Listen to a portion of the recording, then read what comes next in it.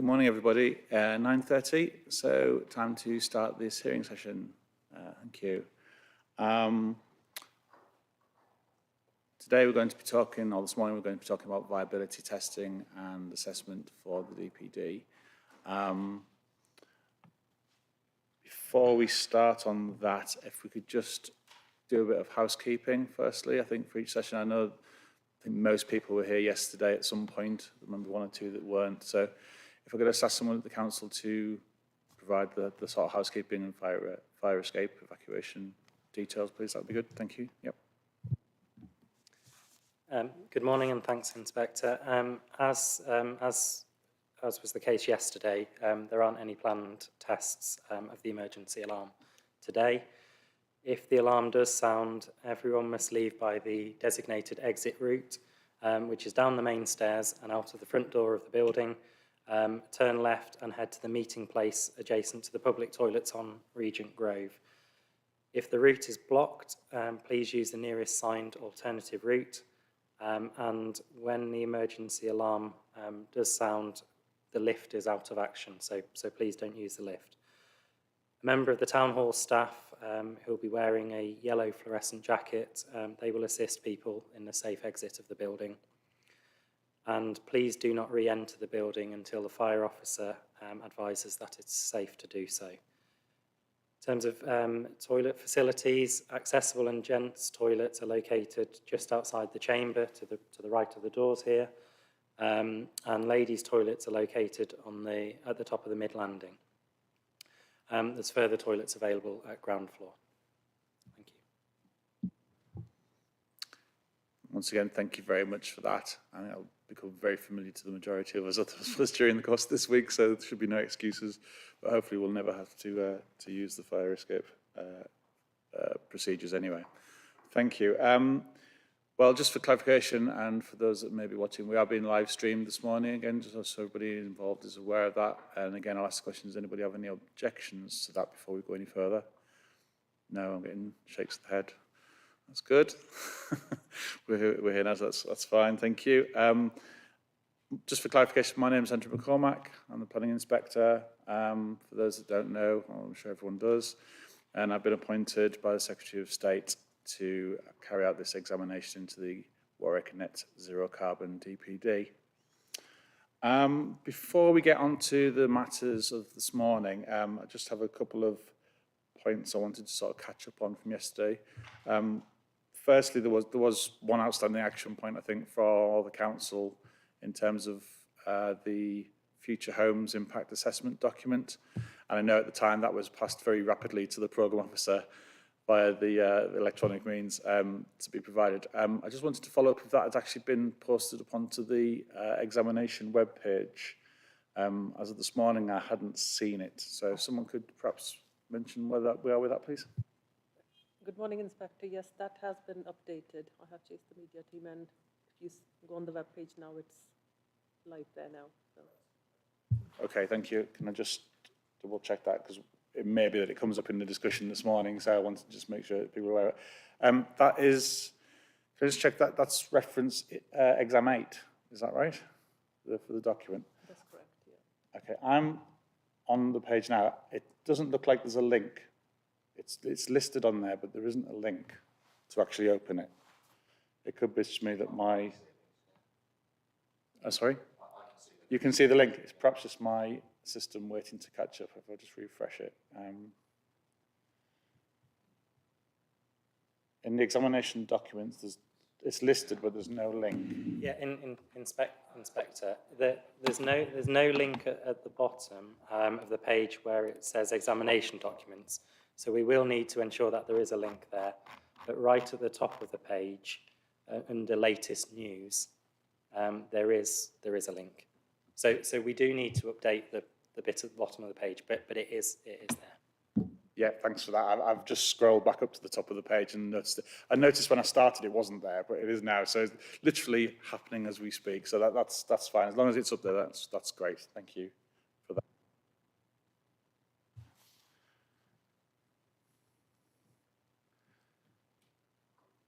Okay. Before we get started, are there any other outstanding matters that anyone wishes to raise before we move forward? from either side? Okay. In that case, then, can I ask for those who are participating just to briefly introduce themselves and their role, please, for this morning's session, starting with the council side, please. Good morning, sir. Anthony Lee, BNP Paribas Real Estate, and we're acting for the Council on Viability Matters. Good morning, sir. Paul Slater from Edgar's Limited Planning Consultants, acting on behalf of the Council. Good morning, Marina Goodyear, Bioregional. We have been helping with assembling the evidence base for the policies, working out the rationale for the policies and helping with policy wording. Thank you. And good morning, Andrew Cornfoot. I'm the Planning Policy and Site Delivery Manager at Warwick District. Good morning, Inspector. Councillor Alan Reid, Portfolio Holder for Climate Change and Environment.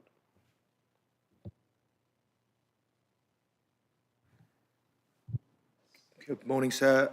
Lewis Knight. I'm supporting Marina here from Bioregional.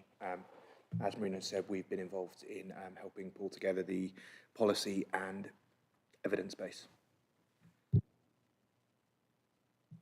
Morning, Inspector. I'm Amit Brach. I'm Principal Planning Policy Officer at Warwick District Council.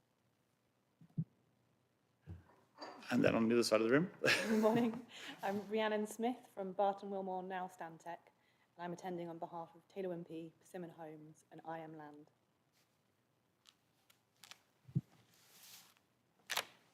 Thank you very much for that. Okay, as is the case with all the sessions, I'm going to ask the council just to give a brief overview, really, of the viability work that's been undertaken for the DPD this morning, and then just to give an outline of what that is telling us and how that's informed the DPD. Then I may have a couple of points to sort of raise or clarify based on what you may have said, and then I will open it up for Ms Smith from Barnwell to sort of make her points as well, and we'll get a bit of a discussion going, hopefully, about points that we need to look at this morning. So if I can ask the council to make the opening bid, please. Thank you, sir. So the NPPF requires the planning authority set policy requirements at a level that avoids rendering developments unviable and putting the scale of housing and other development in their areas at risk. The Council's Viability Evidence Base SUB 6 fulfills this requirement.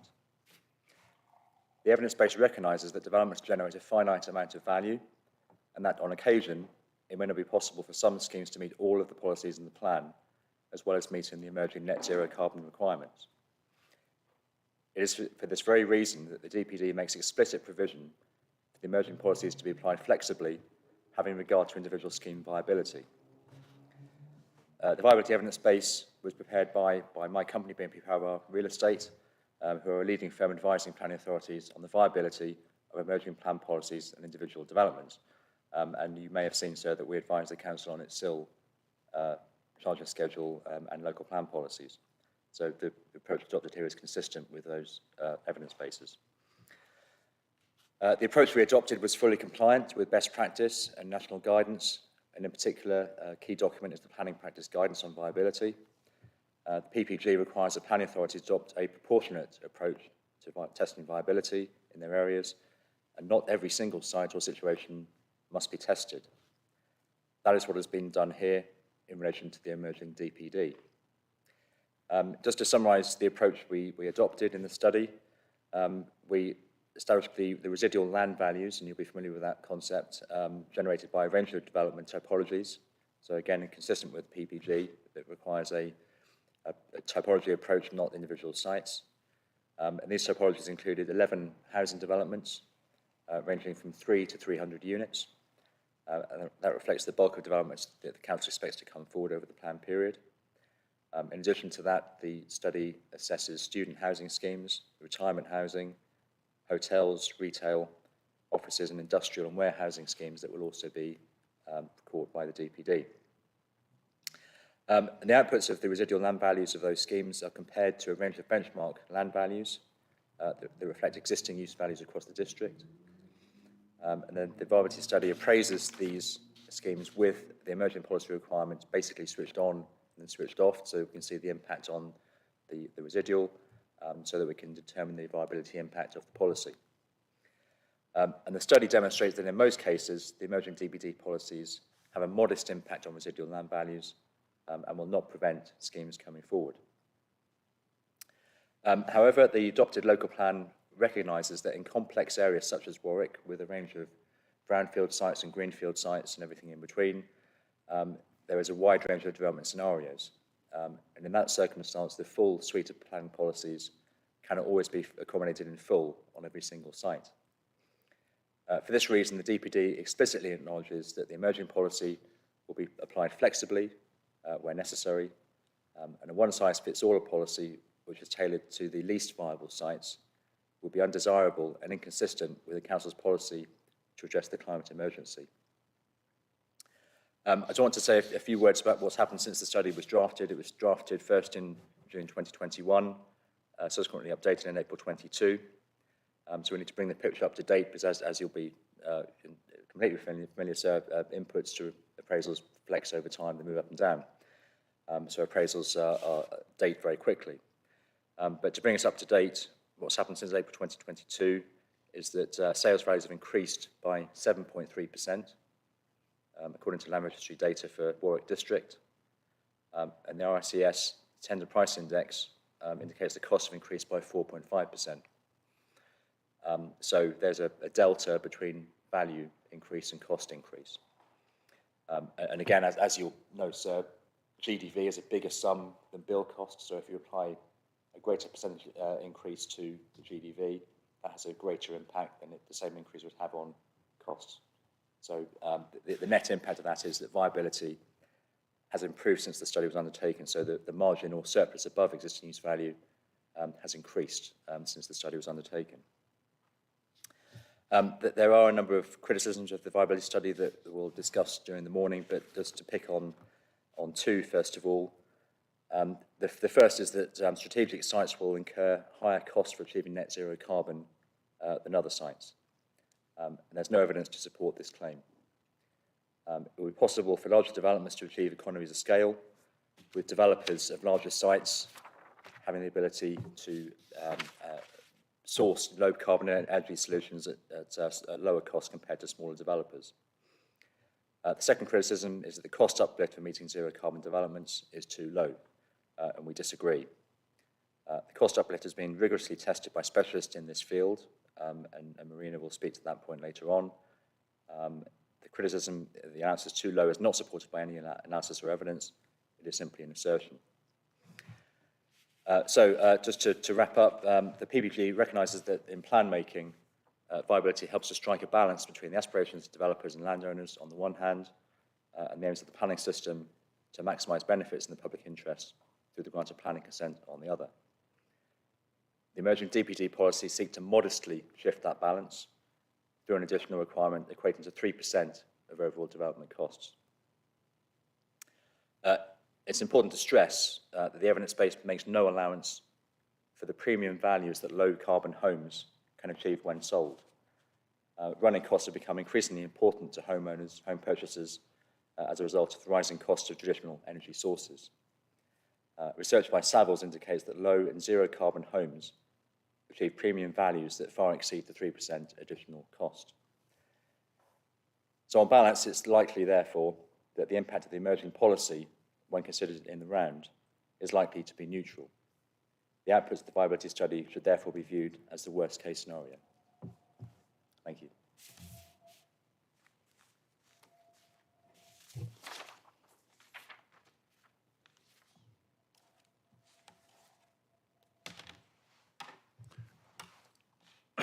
Okay, thank you very much, Mr. Lee, for that.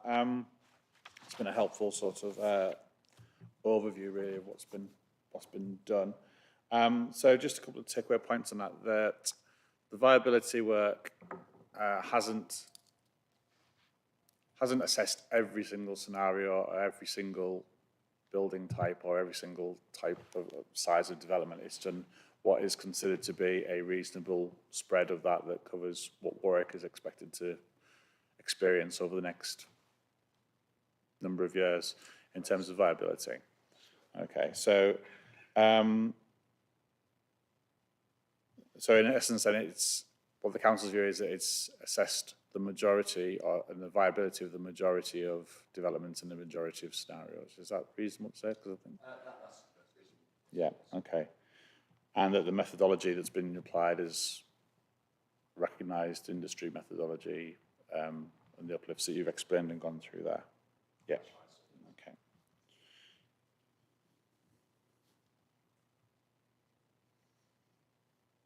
So then in terms of how the DPD policies have been drafted, the council's view is that they are worded flexibly in respect of viability work that's been done. So there's flexibility in the policies to recognise that where policy requirements perhaps cannot be met in a viably or feasibly, that there would be, you know, as far as possible, feasibility and viability aspects, but it isn't anticipated that everything could be met in certain circumstances if the viability didn't support that. Yeah, I'm interested as well to stand on this point in a second, but yes, that's correct. So the policy is drafted so that it is the net zero carbon policy that will be applied flexibly, whereas which was set before the housing department. So we have referred in the statement of flexibility policy 82. Yes.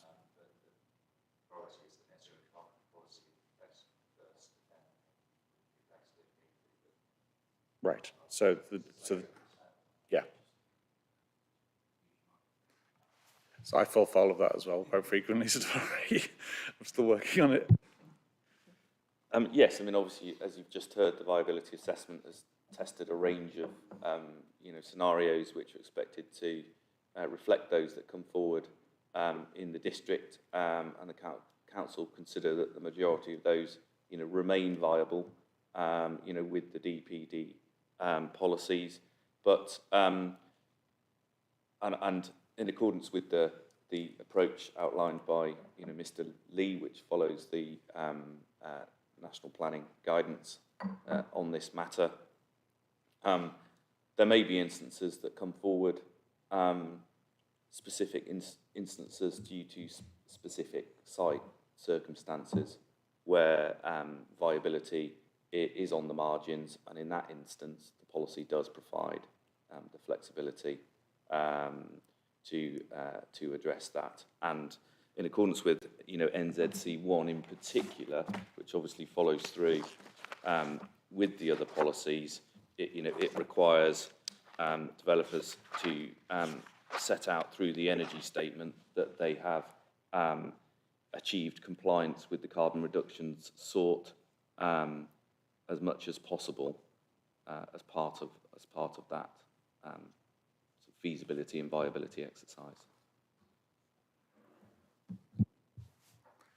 Thank you. You mentioned there that there's been a range of sites. There was 11 development. Is that 11 residential developments had been looked at, and then they ranged from, what was it? 3 to 300 units. Yeah. So, and those are the reasonable range expected that Warwick is going to experience over the next 5 years, 10 years, whatever it may be. Are those the, for example, the developments that we are identified or allocated in the local plan, for example? Is that what's? Yes. This was discussed with officers having regard to sites in the local plan and the housing and land availability assessment, and that reflects most of the sites that will be coming forward over that period.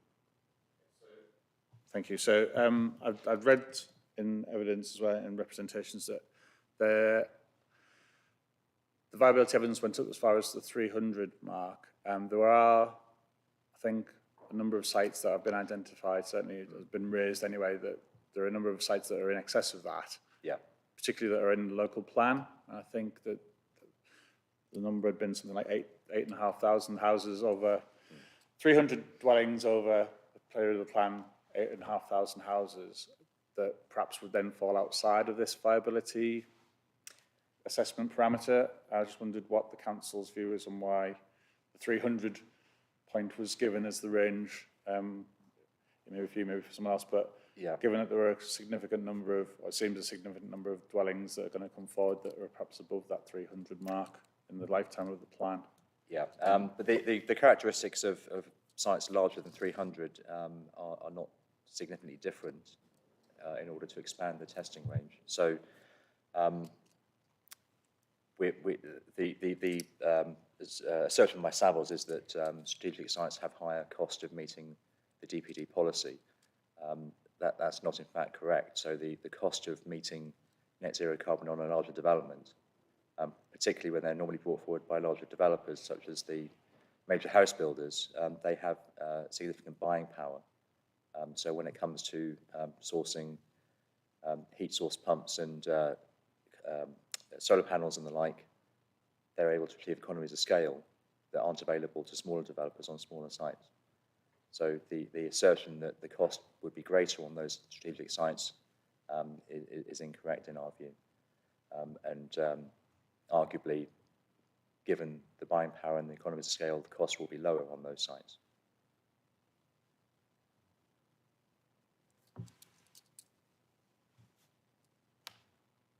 Okay, so again, the reasoning for the 300 point, the 300 dwellings point,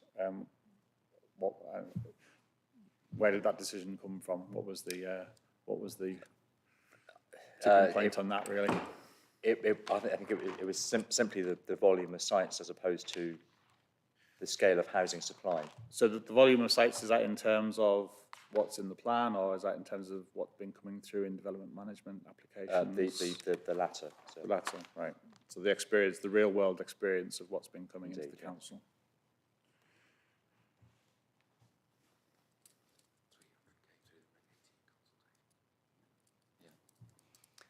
Yeah, the 300 also came through the Reg 18 consultation. So yes, in response to the Reg 18 consultation, at which point a viability assessment was presented as well at the Reg 18, I believe there were some comments suggesting, I think at that point there was maybe up to a 200 scheme, and there were some comments suggesting that the threshold should be increased up to a 300 scheme, so the council responded to that and included the 300 dwelling scheme as well. I think I would perhaps obviously add that the viability assessment is in effect a plan viability assessment. Obviously, it's not a specific site viability assessment. And from a practical point of view, those strategic sites, given their scale, will be subject to a viability exercise anyway, I would expect.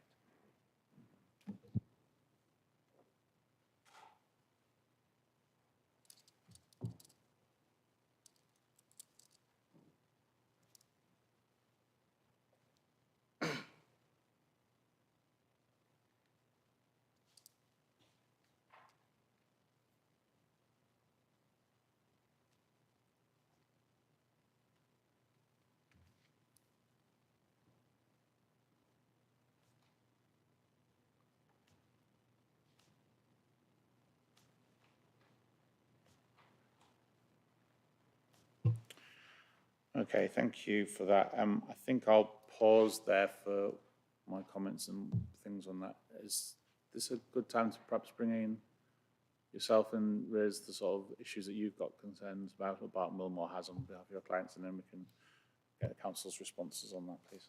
Yeah, thank you. No comment, excuse me, on the tested limit for the viability, so nothing to add there.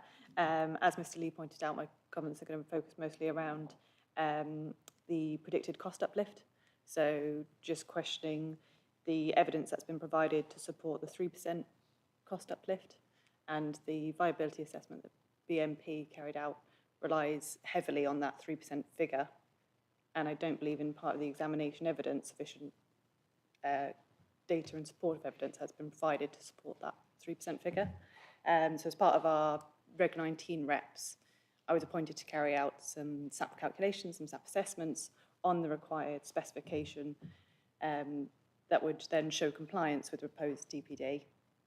And the information that I provided there, I included that building specification in the Reg 19 reps, and included quite a significant uplift in building specification in terms of the thermal bridging performance, the glazing performance, as we've discussed yesterday, the heat pump allocation, but also PV panel provision as well. So whilst I've not been able to provide costs against each of those specification uplifts, that was part of our evidence pack to show that it's not a mild uplift to build specification. So that's hopefully formed part of that scoping about where our concerns come from. And then also the 3% figure, I think the calculation of that and the supporting evidence of that is quite opaque. So two evidences have been quoted as part of the literature review that was undertaken by a regional in order to find that figure. And that is the Future Home Standard Impact Assessment, as discussed earlier, and the Etude and Curry and Brown Energy Review for the Cornwall Climate Energy DPD. And both of those reports don't have the same policy requirements, and so they've have been interpreted in some way, and the figures sort of extrapolated from them, and it's not clear whether that's been done on an accurate basis. And there are multiple figures quoted in both of those documents, which both exceed the 3%, and even the bioregional report, there are figures that are quoted higher than the 3%, and there's not been any justification as to state which of those, why the 3% has been chosen over the I think it's a 4% figure that's been quoted. And the 3 and the 4% quoted in the bioregional report actually comes with a statement to clarify that bioregional are not viability or cost consultants.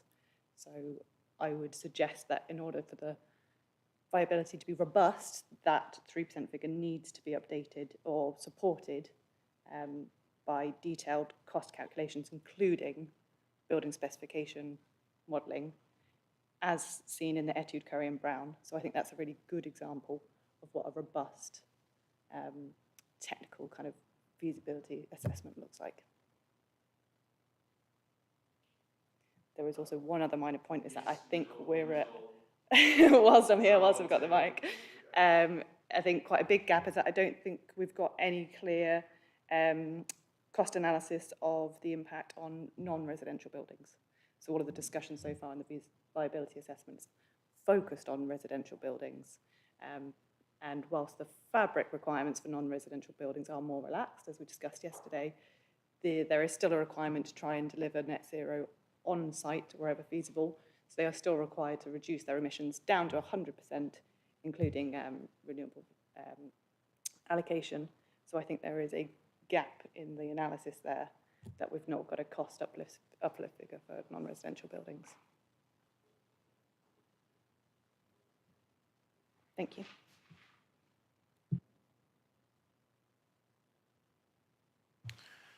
Thank you for that. So there's quite a few points there. If the council can take them in order, that would be helpful. If not, then I'll take them as you want. But I think if it's starting at the 3% cost uplift and where that's come from and the justification and the evidence for that, it's probably a good starting point, and we'll perhaps work our way down the list. Yep, absolutely. Happy to come back on that. So you're absolutely right. We took data from the Future Homes Impact Assessment, the Curry and Brown / Etude evidence-based piece that was conducted for Cornwall Council, which was recently adopted. And there is actually a third source of evidence, and that is the nationally recognised, nationally set value of carbon per tonne. So that's set annually by BASE, and that was what we used for the offsetting. So I'll speak to the fabric uplift. That third point, do we have that somewhere? Can you point me to where that is on the evidence base? It's quoted in the Energy and Sustainability Policy Review, and it will also be online now as part of the Future Homes Impact Assessment. Sorry, Paul, do you want to? I was just going to say that it's also quoted within the policy on offsetting as well. Maybe quoted, yes, but it actually have the evidence of it, yeah. That's fine. If they're in those documents, then that's helpful. Thank you. Yeah. Absolutely. Okay, so essentially, because of a bit of a lack of generally available data out there, other than at national level, to look at the general cost of the Future Homes standard, the cost of meeting that, essentially. What we went to for that was the Future Homes Impact Assessment, which gives, as part of its review, it looked at the cost difference between the two different options for the interim uplift that were being considered for the 2021 building regulations, one of which was Future Homes fabric only. So the Future Homes fabric only cost that was cited in that Future Homes Impact Assessment produced at national level is basically what it says on the tin. It's the cost of meeting all of those fabric uplifts plus a wastewater heat recovery system. The impact assessment, luckily, was helpful enough to include an itemised list of the costs of those different elements. And because they eventually, in the notional spec for the Future Home Standard, did not include a wastewater heat recovery system, we deducted that cost, which was something like £400 per home. That leaves us with the fabric cost that we used for the fabric part of our cost uplift. After that, we needed to go and find a cost for the uplift cost for including a heat pump system in the building instead of a gas system. And the reason for that is that if you look at the Future Homes consultation response that was released by government a couple of years ago, there is a notional spec given in that document which says, okay, we don't know exactly what the spec of the Future Homes Standard building will be, and that is, by the way, the standard by which a home's carbon emissions target will be set by building regulations. You don't have to use this exact spec, but you just have to use a combination of spec which will give you the same carbon emissions outcome. That spec that was provided, that notional spec that was provided by government in the Future Homes consultation response, did not include wastewater heat recovery. It includes a number of uplifts to fabric, so to walls, roof, floors, windows, doors, and a heat pump. And there is no change to air tightness compared to 2013 and 21. And I don't believe there's not wastewater heat recovery, and there is not a ventilation heat recovery either, I don't think. So basically the only thing we were missing was the heat pump cost, and that is what we took from the Etude and Curry and Brown report. That was in the region of a couple of £1,000, basically, compared to a gas heat pump system. Compared to a gas boiler system. And just to note that is... I will pause there for a second. Yep, sure, go for it, go ahead. Yep.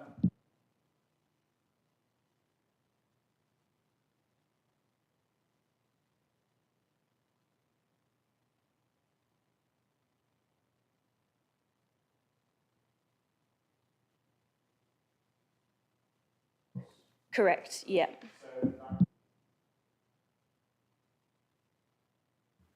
We added the Etude heat pump cost to the national Future Homes fabric cost. And both of those were, I think, for a 3-bedroom semi-detached house of about 80 to 90, possibly. I think the Future Homes was a 93 square metre house, whereas the Etude, the other way around, the Etude one was a 93. The Future Homes Standard Impact Assessment assessed as something like an 85 square metre house, I believe. So they're kind of comparable types, comparable sizes of house. Yeah, exactly. So a kind of reasonable midpoint from all the way from flats through to kind of fully detached and or bungalows. Sorry, was there a further question there before I continue, or? Yeah, it was just a...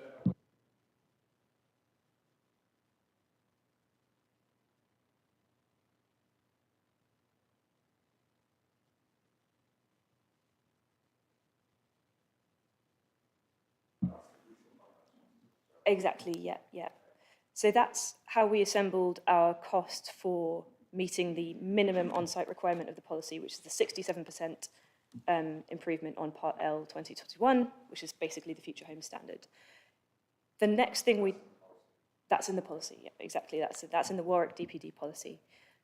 The next thing we needed to know was, okay, what then would the developer need to do next in order to get to the net zero carbon requirement? So there are a couple of ways you could do that.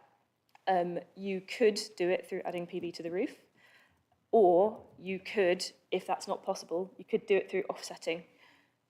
Now, the offset price was one thing that we really wanted to dig into, and I'm sure that we'll come to that on the offset session, so there'll be more detail, but it is relevant to mention here because it affects costs.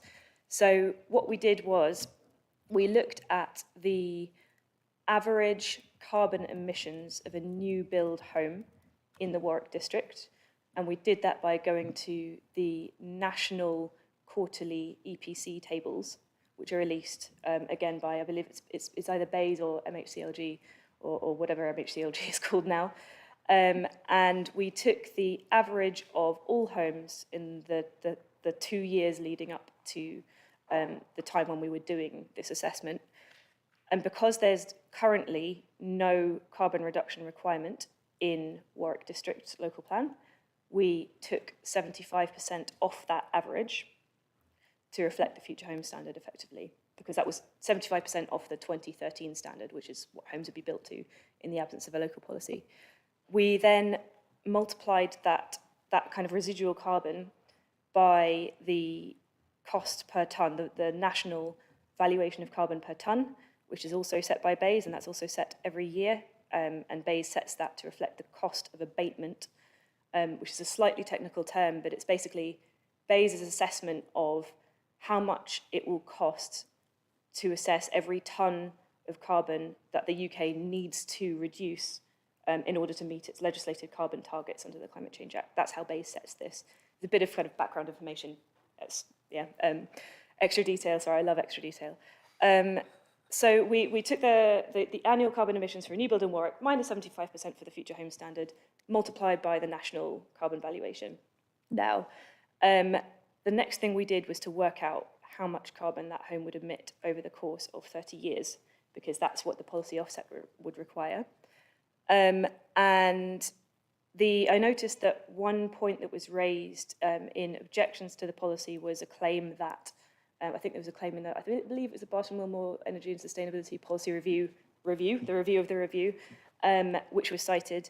And it mentions, I think, an objection saying that the offset cost could be around £2.2 thousand. And it said, oh, well, this doesn't account for the reduction in grid carbon emissions. Whereas actually the Warwick policy quite clearly says you can account, in your offset payment, you can account for the decarbonisation of the grid. And that's exactly what we did when we calculated the carbon emissions over 30 years. Sorry? The policy says that you can do that. Yeah, I'll just go to it right now. One moment.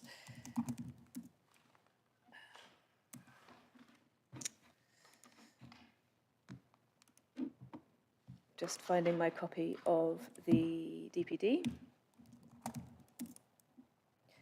So, paragraph 8.4, page,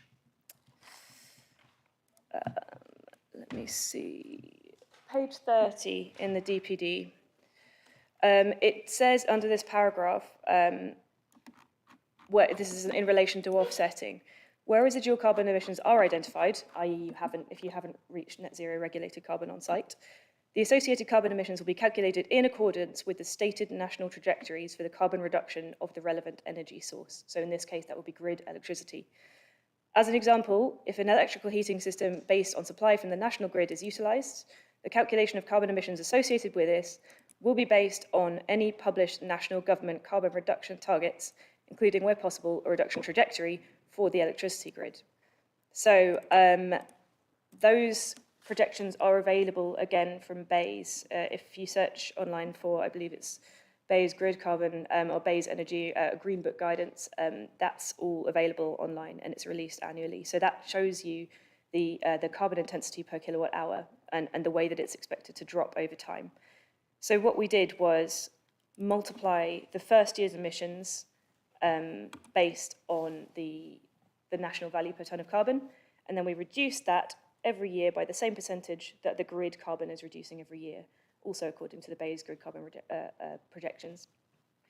Recognising that the carbon price per tonne actually increases over time, and I believe that's to reflect inflation, it goes up by about 2% per year. We then increased it again slightly by 2% per year, but because the grid is going to be so close to zero carbon so it gets very low carbon around 2030, and then it hits nearly zero around 2030-ish, 2035-ish, sorry. That means that by the time in the later parts of your 30-year period, you've got almost no carbon left to offset. So that meant that we came out with, for our theoretical 3-bedroom house, the figure over the course of the 30 years, let me find it for you, is in the region of, I believe, under £1,000. So let me see. £854.36 if you want the exact amount. So the grid carbon reduction really does make a big dent in the amount that you'll have to pay to offset the 30 years of carbon. Now, I should note that the policy will only allow that future decarbonisation to be accounted for if your home is all electric, because obviously gas will not decarbonise in the same way over time. So essentially, it's a kind of a reward for developers who are choosing what we believe is the right choice and going all electric, which means that their houses will become net zero over time, which is essentially what the Future Home Standard was designed to do. In any case, they're saying net zero carbon ready, so that will come net zero carbon along with the grid. So that's where we got our uplift from. That came to, let me just see, that came to 2.6, 2.7% on the base build. And we rounded that up to 3 to allow a bit of wiggle room, a little bit of adjustment for sort of different sizes of house, different situations and so on. I would note, we did also have a little look at the cost of adding solar panels to meet the demand rather than offsetting. That would come to actually a similar cost that Bart and Wilmore estimated for offsetting, which I believe was calculated by just multiplying the first year's emissions by 30 instead of accounting for decarbonisation. So it's interesting to see that the cost per tonne of abatement actually does quite closely reflect the costs that it would take to add the solar panels to mitigate that. So yes, it will be more expensive to do it with solar panels on site than it will be to offset. And that's exactly why we want offsetting to be a last resort, is because we want the good choices to be made and the effective on-site choices to be made that also benefit the occupier by reducing their energy bills. So yeah, thank you. Okay, thank you. We can pause there for a second. There's quite a lot of information there, but I think it was helpful to have a bit of a run through. I mean, obviously that's all been submitted in the documents and I read that, but yes, we had a quick canter through that, so that's helpful. Do you want to come back on the points that just did that response there made first, and we'll take it further. Yeah, absolutely. So I haven't been able to see in any of the evidence where that breakdown of the cost taken from each evidence base has been set out. In the matter statement, there was the latest one from the council. There was a statement that said if we looked at the document listed under sub 9, and it even quoted the paragraphs where we could find that information, but once you open sub 9 on the website, it doesn't have those paragraphs. So possibly there's just an evidence document missing. If you open sub 9 link, it doesn't provide that information. So that's certainly something that I think is absolutely critical, because there is a lot of information, obviously, that's just been passed to us by Marina, which is required, which currently can't be seen. And then just to come back on a couple points, so I was going to ask whether you had tested the PV option rather than the offset option, especially considering that's obviously the preferred route of the DPD. And it sounds like you did some testing on that, but we've not clarified where that costing of that PV's come from, so we need to sort of bottom that out. And then you've also mentioned that actually the PV route is more costly than the carbon offset cost, but the viability testing has been carried out on the carbon offset cost. So we've actually taken the least costly option to test out the viability, despite actually the PV, the more costly option, being the preferred route of the DPD. Also wanted to clarify that our reps weren't an objection. We're supportive of the DPD, we're supportive of the net zero targets, just want to make sure that it's been suitably tested, of course. And I'd noted it wasn't an objection as well. That's encouraging, thank you. Yeah, not an objection. And so yeah, wanted to clarify on the PV costing, and that obviously deciding which one of those costs have been put through. And then the other question I wanted to ask was, you mentioned about the possibility to actually still have gas boilers. Have you done any testing to see if gas boilers would be feasible under the DPD policies? So I'll come back to, if I may, is that okay? Yeah. Yeah, that's fine. Just on that response there, I mean, the crucial one was the evidence base. If you can point us to that particularly, and if it isn't there, why isn't there? And yes, and then just the response to the questions there that Ms. Smith's just provided, please. Okay, sure. So I'll cover off the last one first, just because it's the simplest. So gas boilers, we didn't look into whether the policy would be feasible to deliver with gas boilers, purely because a large part of the policy's aim is to make gas boilers not be proposed, essentially because any gas boilers in any home completed from 2025 would be in conflict with the national carbon reduction trajectories. So part of the reason for bringing forward the Future Home Standard through this policy in advance of its national introduction in 2025 is that obviously there's a time lag between when homes are planned, designed and consented to when they're completed. So we want to ensure that anything completed from 2025 is gas-free and meets the definition of net zero carbon that we're going for in this DPD. Secondly, I'll go back to the point about testing the figure that we did. So as I mentioned, the figure that we came out with for the cost of Future Home Standard and offsetting the rest was 2.6%. So the 3% is, we imagine that in a lot of situations, there'll be a combination of using solar panels and offsetting. So maybe a bit of solar panel, a bit of offsetting. So that uplift from, so the figure that we came out with is 2.6. If you were going to do it entirely with solar panels, it would be more in the region of 4%, closer to 4%, depending on the size of your home. Yeah, so 3% was considered to be a reasonable midpoint between doing it purely through offsets and doing it purely through solar panels.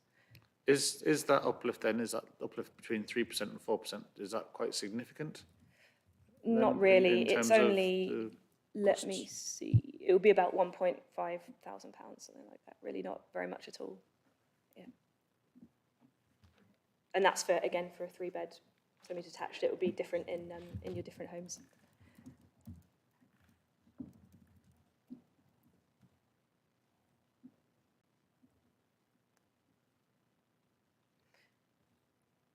While we're on the topic, with regards to where the evidence is, yes, we have referred to it in our more recent representations.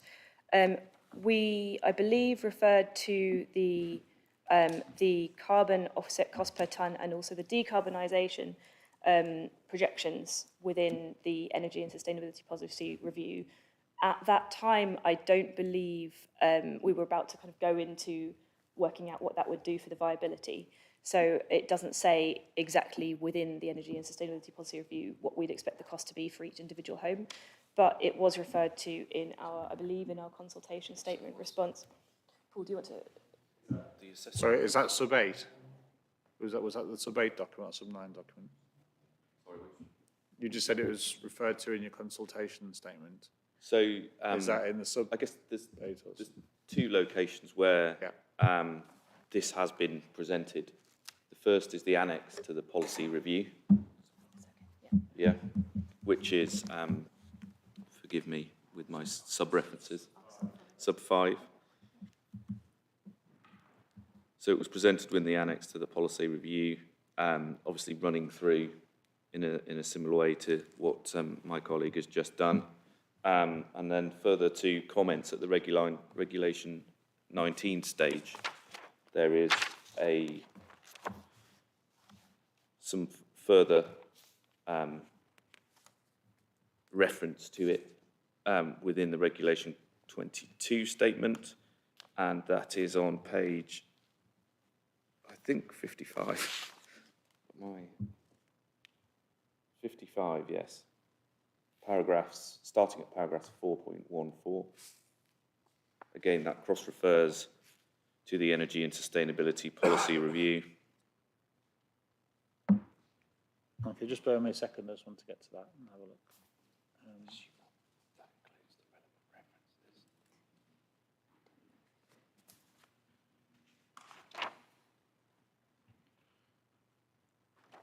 Okay, so just on the first point, you mentioned that the Energy and Sustainability Policy Review Annex, that is effectively the final page of that document.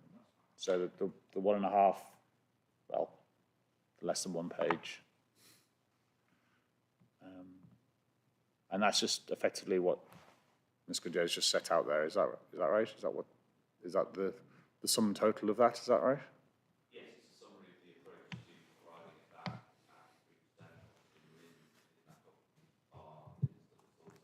3% Yeah. Would point out that it's a very high-level summary. So it just says baseline build costs were taken from these two documents. So it doesn't set out the details that Marina has provided today on which costs have been taken based on different specification upgrades. So that's the bit that I would encourage some extra transparency on. Okay, and then, sorry, I'm just a bit slow in catching up. So the second one was the consultation statement, Reg 22 document.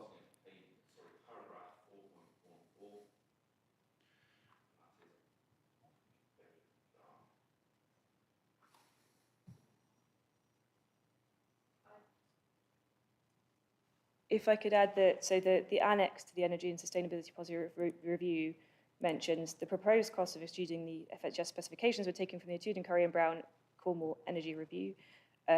This includes costs for, and then a few fabric measures are mentioned, and also the installation of an air source heat pump. This was cross-checked with the government MHCLG impact assessment of the building to the future homes fabric to ensure no regional impacts were skewing the data. So yeah, that's essentially how it worked. And then we've explained below that how we calculated the offset costs, although not giving the exact figure for that. But It's the methodology of how you've gone about it rather than the actual bones of it, isn't it? Exactly. That's what it says. Yeah.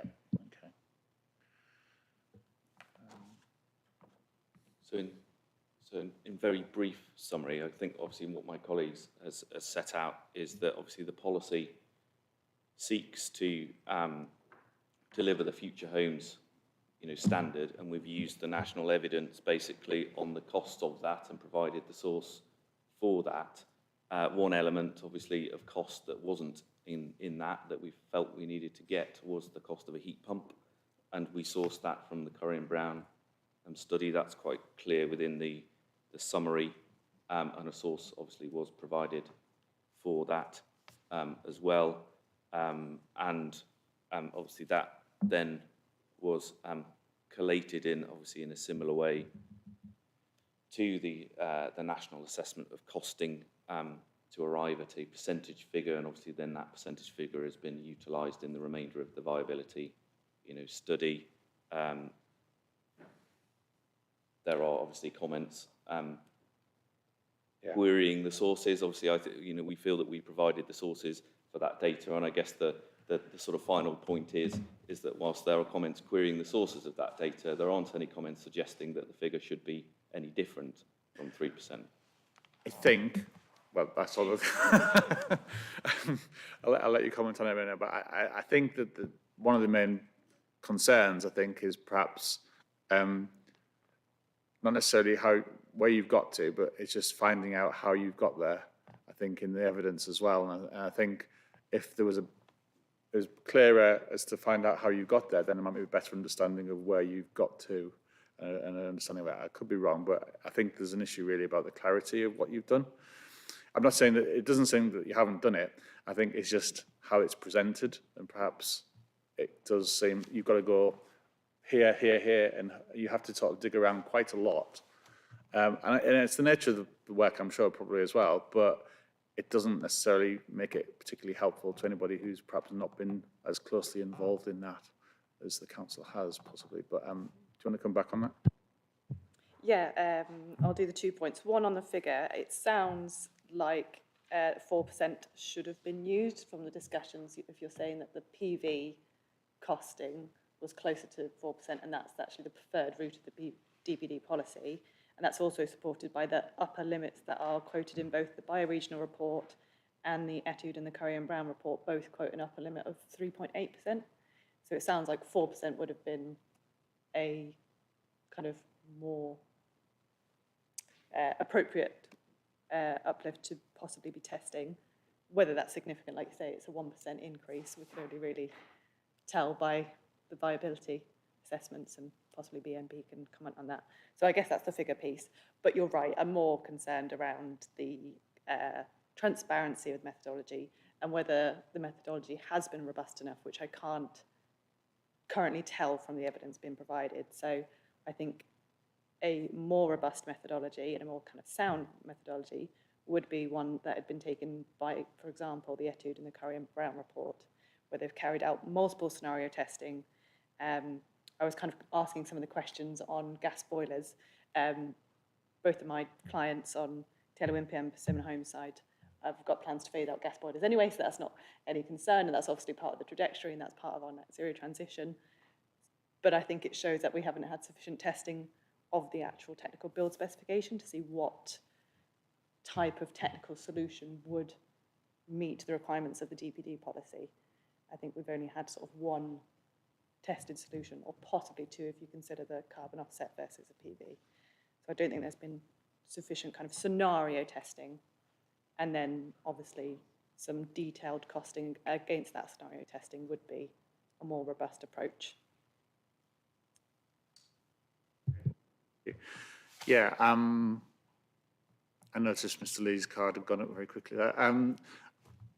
There's a point there, I think, from what's been said, the sound of it is that perhaps a 4% figure would have been closer to the mark if you're looking at PV rather than carbon offsetting. If that's carbon offsetting is the last resort, what the council are looking to do, then that perhaps at least should have been maybe looked at a bit more detailed. Maybe it has, it just hasn't been.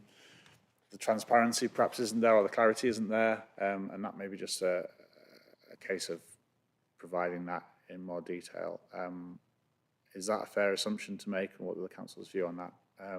Mr. Lee had his card up first. I don't know whether it was another point that you wanted to raise on that, or do you want Well, it was a general point on the impact, so it might be best to take the detailed point first. Fine.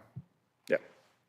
Okay, sure. So I just wanted to really defend the 3% figure, essentially, because if we'd only tested the offset, we would have gone with a 2.6%, which would have been less.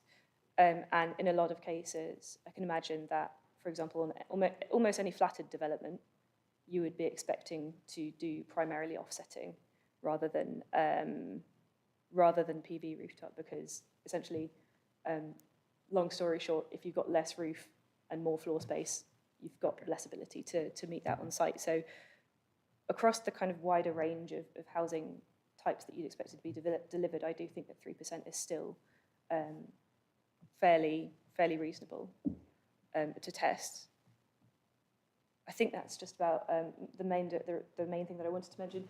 Also, just to note that the Cornwall and Curry and Brown piece for Cornwall was extremely technical, extremely detailed, and part of the reason that why they were looking at so many different scenarios was not because they were intending to pursue those, but because they were actually intending to pursue much, much more stringent targets. So that piece was produced in support of, as we heard yesterday, the country's first local plan document to adopt energy use intensity targets, to adopt a space heat demand target, and to adopt true zero carbon, regulated and unregulated, as we were hearing with some passion from Mr. Martin yesterday about that, the arguments for making that the definition of true net zero carbon. So that is the reason why they'd gone into quite so much detail. I agree it is best practice. I'd love to see that on every single local plan that comes forward, but it is much more detail than you would normally see in the cost uplift assessment for any kind of net zero carbon policy based on regulated energy only. So for example, for our energy and sustainability policy review, we looked at the viability evidence bases of a number of local plans that had adopted regulated energy based carbon reduction targets, so London, Reading, Milton Keynes, people like that, and Oxford actually as well. And there was far less detail in the evidence bases of any of those than there is for the evidence base we've provided. So our thought was really, if those have been found sound, and if the evidence that was provided for those plans was considered to be sufficient, then the evidence that we're providing through that annex to the Energy and Sustainability Policy Review is already more transparent than what we were seeing as typical practice. Not to say that that's the limit of what could be, helpful, but just that we thought it would be a reasonable level of transparency to provide. Thank you. think sort of in short, the Cornwall policies were going way further than the Warwick policies we're proposing, and obviously to justify that, they produced obviously more detailed evidence. I think in the context of the Warwick policies, we felt that that sort of level of evidence wasn't sort of justified because we could get the cost figures that we felt we needed from sources like the Future Homes standard costs. Yeah, thank you. I mean, I appreciate that the Cornwall evidence is a different level because the plan is a different level to what we're talking about today. And I appreciate that. And you looked at it because it's there, it's recent evidence, it's something to work from. So I accept that as a justification for it. I think the matter still comes back to, it's probably more about the actual methodology and how it's presented, and I think that's probably the main issue. I think in terms of it just being clear about what's been achieved and done. I don't know how the council might look to address that in some way, or whether, but what you've done, the outcomes will be the same. The outcomes are what you've reached, and that's the evidence you've put forward that you believe it's a sound plan. I think. I think that's just the process and the steps there perhaps could be a bit clearer and provided. It's not to say it isn't there, I'm sure it is there, certainly it's there, but it's just how it's been presented in the evidence. It's a bit, you've got to pick your way through a quite fine tooth comb really to sort of find anything about it, I think. So perhaps that's something the council might consider, to see how you might address that in some way, or providing something on that. If I can leave that with you at the moment, just in terms of like how you might propose to put that forward, or whether there's something that can be published further that sets that out. It would be possible to update the Energy and Sustainability Positive Review, just providing a table of the actual costs that were used, if that would be helpful. I think possibly something like that, or even just, I know you got the annex in there, which is it's a very it's quite high level overview, and you've got the links in there for it. But I think you went through very eloquently, very well the process and the stages you went through, and I'm not saying necessarily that much detail, but if it's the process and the stages you went through and the steps and what you calculated and from which sources, that perhaps would do the trick. And it may just be a reasonably succinct document, but just sets out your process and thinking of it, and that could be another annex, perhaps, or an additional appendix to the policy review. Or just a standalone document that says this is the process we went through. These are the outcomes that we've come to. I think that might do the trick, but I don't know if you've got a view on that. Would that be helpful in terms of? Yeah, I think that'd be very helpful. Yeah. I think another point of the confusion might just be on the latest matter statement for the council when they said look at this sub-9 document for the breakdown of this information. I think quoted paragraph 1.14, and I think you've said just earlier it was 4.14. So I think that possibly might have led to some. Yeah, that's the one. Is that sub 9 or sub 8? Because there are two, and I think I may have gone to sub 8 and realised, oh, there's only 3 pages. Yes, So, I think possibly it's direction. So there may be a possible 4.14, but I don't see it. So is that sub 9 or sub 8? Sorry, just. I must need to go back. I probably have a hard copy of it here, but I'll just focus. Oh, in fact, wait to here.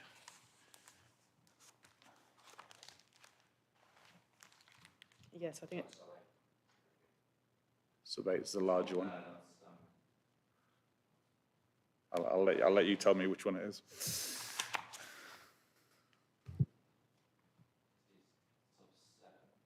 Yeah.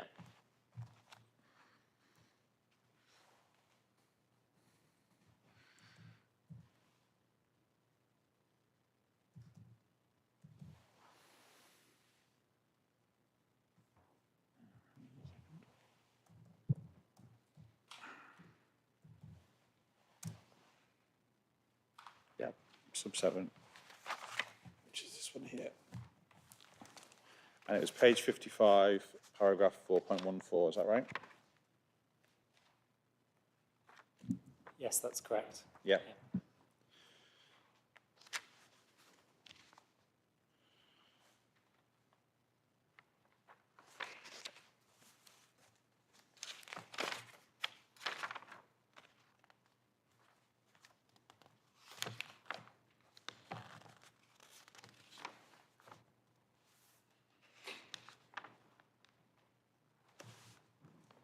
Yeah, so further explanation of the 3% cost uplift assumptions used for homes.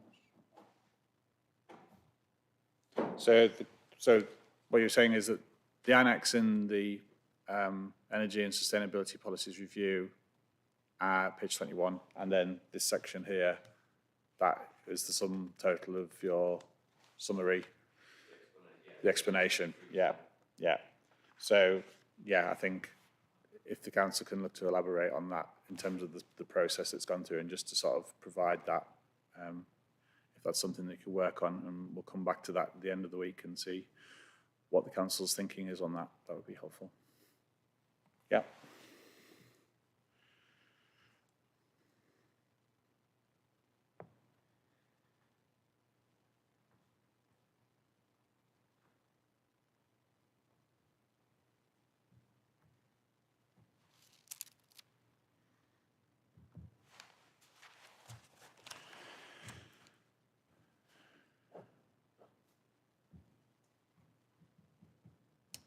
Okay.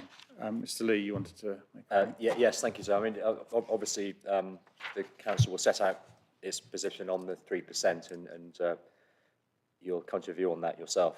But in terms of the impact this has on sub 6, where does that leave this document? If you were to conclude, and we're not saying that you should, that 5% is the reasonable cost uplift, where does that leave this document? I referred earlier to the impact of value increases and cost increases over time. I identified effectively a 2% delta between value growth and cost growth since the study was undertaken. So you could easily say, well, take the 2% delta between values and costs, and that equates to your 2% from going from 3 to 5. So the results in the study would effectively be the same if you came to the view that 5% is the reasonable uplift.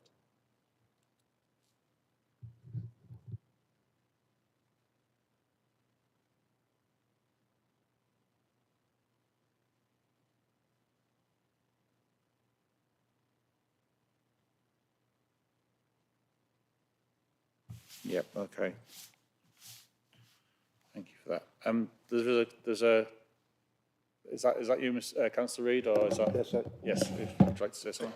Inspector, while I want to leave everything to the technical people here, and also clearly you've got to look at the document soundness, but I thought a couple of headlines would be relevant just in the overall discussion. As I said in my opening statement yesterday, both Hayfield Homes, who are developing 200 homes here in Worcester, adjacent in Worcester, and Redrow, who are a major housing developer in this country, have both publicly declared that they will no longer be putting in gas boilers, but will be putting in heat pumps. So clearly they think it's viable. And my second point I'd like to just make is that Octopus Energy and British Gas have both publicly declared that they can install heat pumps at a cost comparable to gas boilers. And it's very much a moving feast out there. And while I appreciate you've got to look at the soundness of the document in front of you, I think also we have to take into account that today's world is moving very fast. Thank you. Thank you, Councillor Reid. Yeah, I've noted those points. So that is in my mind as well, don't worry. So yes, I take that. Thank you. Just trying to think where we got to on your list of points in terms of the clarification of them. Going back to what we said at the start, I think we've obviously covered the 3% uplift and the addition of the photovoltaic, the solar panels assessment. I think that was on there as well. The evidence I think we've covered. Was there anything other point that I missed, or was that what you went to? Only a minor point on the build cost for non-residential, Right, which yes. was quoted in the viability assessment. Yes. But wasn't sure if there was again a supporting evidence for that one. Yeah. It's actually a higher uplift. I think it's 6% build cost uplift, and it's not been shown in the viability assessment to have any concerns. But I just again would Just wanted to highlight clarify where that was. Yeah. where that's come from. Yeah, thank you. Yeah, can the council come back on that point, please, in terms of, is it 6%, I think, on non-residential bill cost? Is that right? Could I ask where the 6% came from? I believe it's in the viability assessment. Oh, okay. Yep, sure.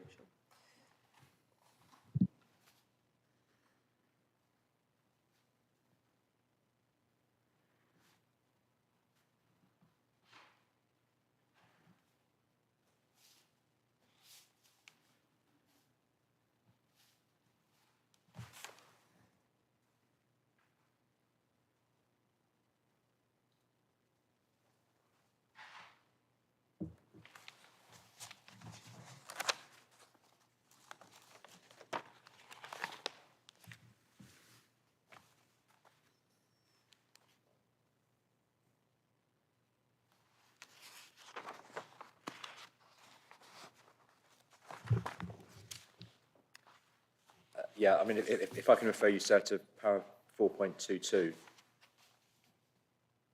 of the viability study, SGB 6, para 4.23, we might need to come back to you just to expand on 4.23, but this is based on again, similar sources of evidence as the residential, and this is effectively including BREEAM baseline from Part L 2013, but we can expand on that. If you come back, and I'll give you some time to sort of reflect on that and come back to us.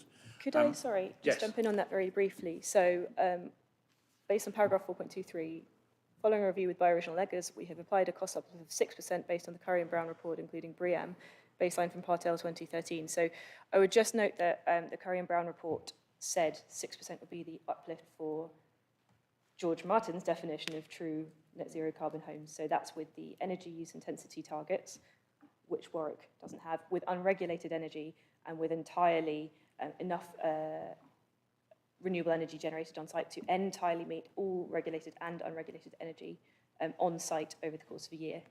So that 6% really would be a bit of an exaggeration compared to what Warwick is actually requiring. However, we went with it to kind of be cautious, and also the fact that the Warwick DPD will not replace, I think it was policy, did we mention CC3 in the local plan, which requires the BREEAM rating. So that's the kind of, using the 6% to say, okay, that we've got a less stringent version, less stringent definition of net zero carbon than Cornwall does, but we are including the BREEAM uplift. So that's, I think, part of the kind of summary of the reason why 6% was felt to be reasonable. Okay. If you want to come back and just have a bit of a clarification on that, then that's fine. Are you suggesting so that we just perhaps add that onto the note that we'll prepare for if that's possible, if you're going to look at the build cost methodology, I suppose, for the one, but for residential and non-residential, do you want to add that on? If that would be, and it's all in a single place, I suppose, if you wanted to add that explanation to it. We're happy to add that on for the non-residential as well. Yep. Okay.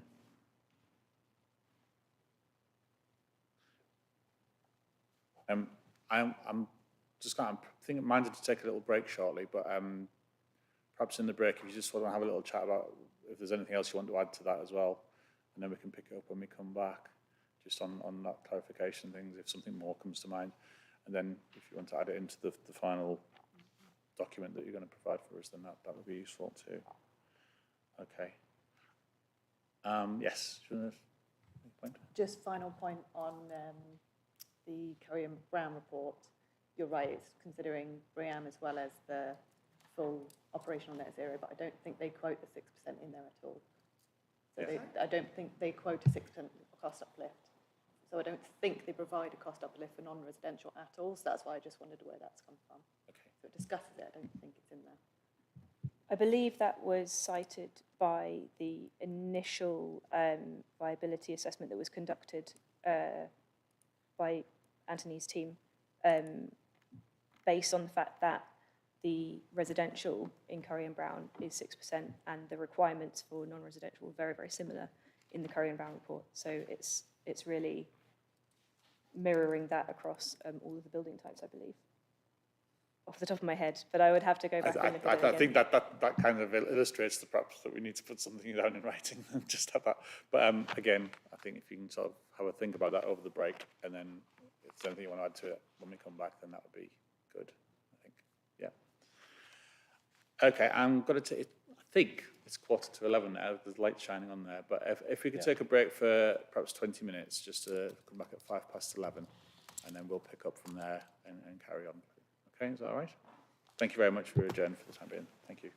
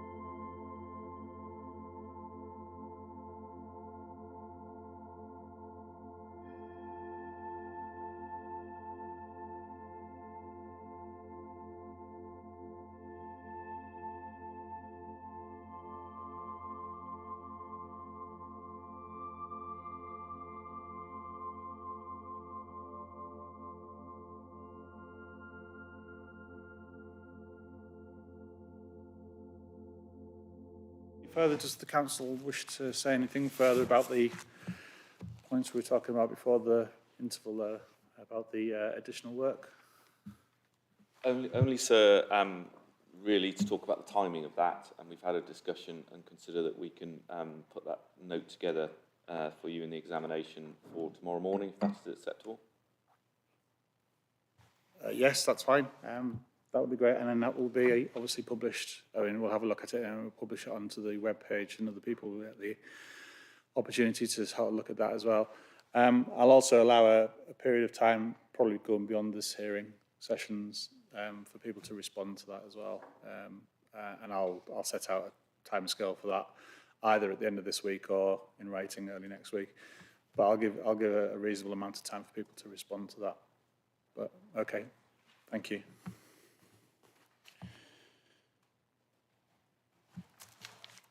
Okay, so I think we've covered the 3% uplift point quite well, and various other points relating to that. I just wanted to go on to another couple of other points that I'd noted have been raised by other representations. And it probably goes back to the point really about the baseline, really, the viability and what the assumptions have been on that.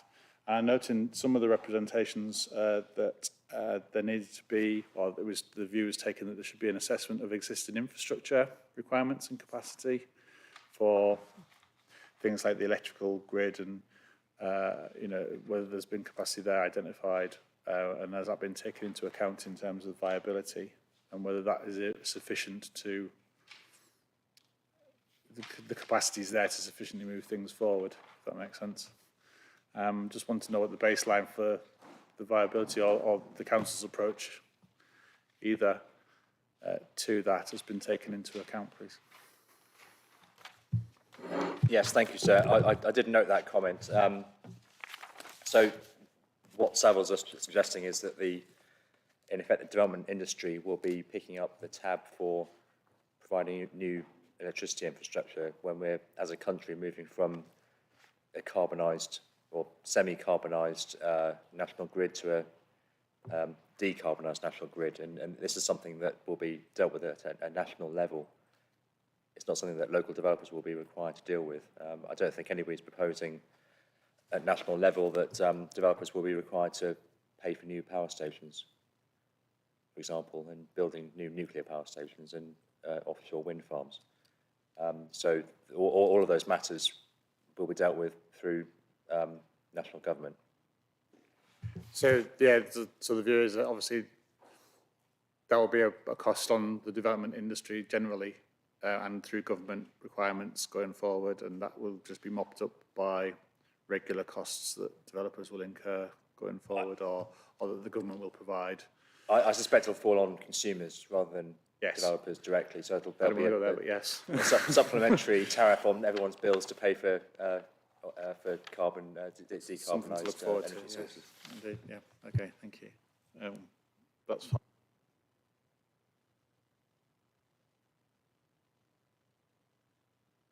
Great. We'll get these buttons sorted out eventually.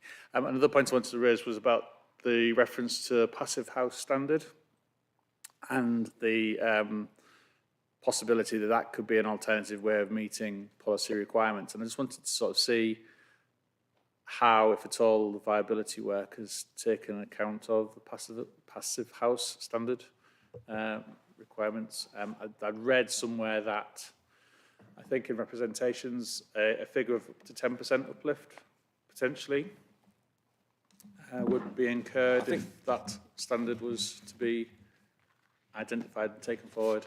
And if that was the case, the evidence for that is another matter, but if that was the case, has the council considered that, given that it has been identified in their policy as a possible way forward? If I could start on that, in terms of the policy itself and where passive house is referenced, and it's very much referenced and included within policy NZC1, and it's included there as an alternative, compliance method, basically, So what the policy isn't saying is that new developments need to meet Passive House standard. But what it is saying that if a developer essentially commits to that standard, the council will consider that it has met the requirements of policy NZC1, anyway. So it's not a requirement as such of policy NZC1. It's an alternative way of complying with it, and in that sense, it's not something that we've viability tested. I think my colleague Marina will probably go into a bit more, but the Passive House standard does go, I think, beyond in many respects what the policy is actually seeking. So we've taken the view that because it comes with its own assessment method as well, which is quite rigorous, a bit like BREEAM in that sense, that if a developer chose to go down that route, and it's very much a choice, that the council would accept that instead of compliance with NZC1 through SAP and SPEM and those calculations. Do you want to say any more on that? So just before you do, just on that then, a couple of points. I noticed as well that a suggestion about Passive House standard was that perhaps Passive House standard may be going too far, and that there was I made a note of it, I can't remember where I put it now, but there was a series of assessments you could do up to Passive House standard that could be applied that wouldn't necessarily be the full standard, but would still meet the policy requirements, I think, if that was right, or PHPP, sorry, the Passive House Planning Package, I think was referenced. So, I mean, that was suggested as an alternative rather than Passive House standard. So that's one point as a suggestion. Would that still meet the policy requirement? But also, if it isn't something the council is actively seeking or requiring, should it be in the policy in the first place? Is that the right place for it, or could it be something that's in supporting text? I wondered if the council had a view on, yes, it needs to be in the policy. If it's something you're not actively seeking to provide or to have, it's an alternative, if you like, it's the applicant's choice. I think Does it need to be in the policy or not? If I may pick up on that final point, Yeah. As a way of complying with the policy, in that sense, I guess we felt that it was perhaps a matter for the policy rather than supporting text, if that makes sense. So to be clear about how does a developer comply with this policy, you can address the elements of NZ C1 with associated energy statement, SAP, SPEM calculations. That's a requirement. That's a sort of the minimum which we want you to do. Or alternatively, if you choose, you can go down the Passive House route with associated PHPP, different set of calculations. So in that sense, as being clear about what a developer can do to comply with the policy, then we felt that it was a policy matter.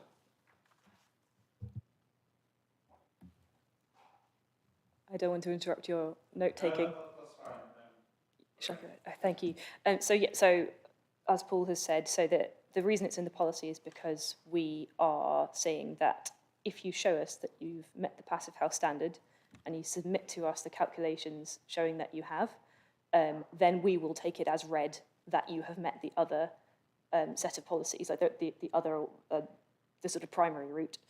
And the reason for that is because the Passive House standard is so far beyond what the policy, what the Warwick DPD policies actually require as a minimum standard, that, for example, you'd have an actual space heat demand of 15 kilowatt hours per square metre per year or less on site, whereas Future Home Standard doesn't get anywhere near that.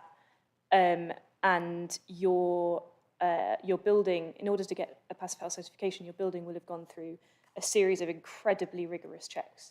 So all the way through from design, several different design stages to construction, to post-completion, you will have had that amazing series of rigorous checks to show that your building will actually perform as it has been designed. And this was quite a hot topic of conversation yesterday, wasn't it, with George about the performance gap and what a big problem that is in the industry. So what the policy is saying is that actually, if a developer wants to go through all of those steps and actually show that amount of effort and dedication and this is no small effort to achieve passive house standard, then we're taking it as read that you've met all the other requirements. And what was the other thing? Yeah, so if the developer's been through all of those steps, then the idea is to reduce the sort of burden on the developer of also doing the SAP calcs for us, also showing the other steps.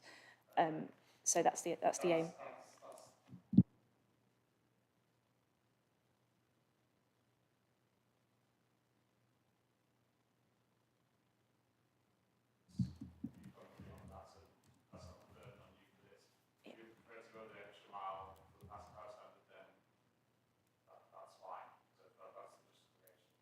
Exactly, yeah, that's the idea.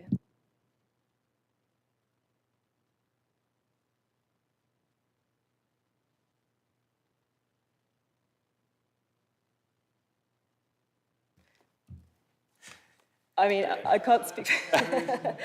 From experience, probably not many, because it is such a rigorous standard. And as just been mentioned, it's not just the I guess the design standard. It's also that performance monitoring throughout the construction process as well. So not many probably do choose to go down that because of the I guess extra effort that's involved in design and construction. But some obviously very much do want to go down that route because it is a very well regarded standard. So It's more likely to be self-builders and people who aren't building commercial developments that would be opting for this route.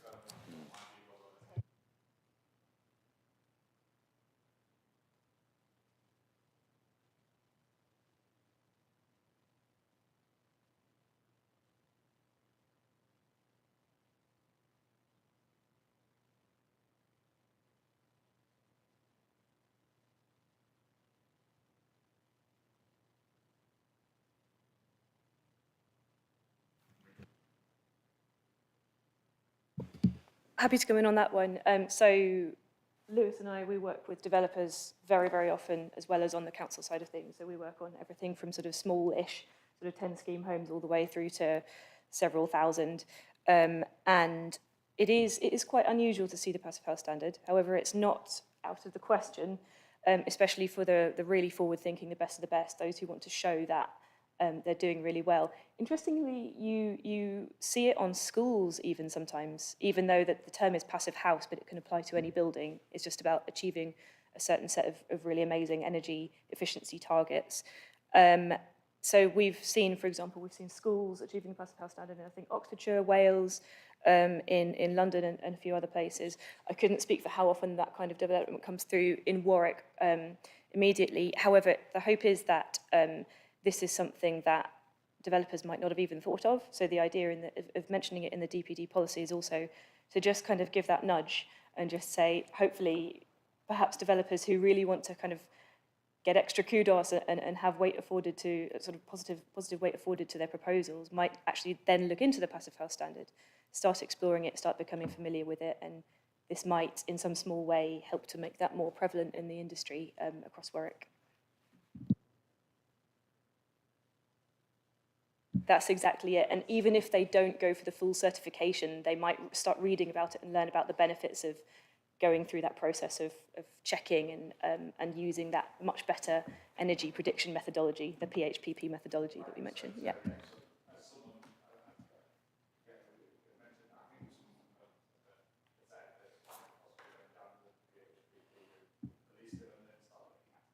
Yes. Exactly, that's it. And the PHPP calculation methodology, the energy prediction methodology, is just so much more accurate than the building regs methodology. I can't even, well, I can begin to explain. The building regs methodology is usually about sort of 2 to 4 times wrong, whereas passive house is really close. Sorry, carry on.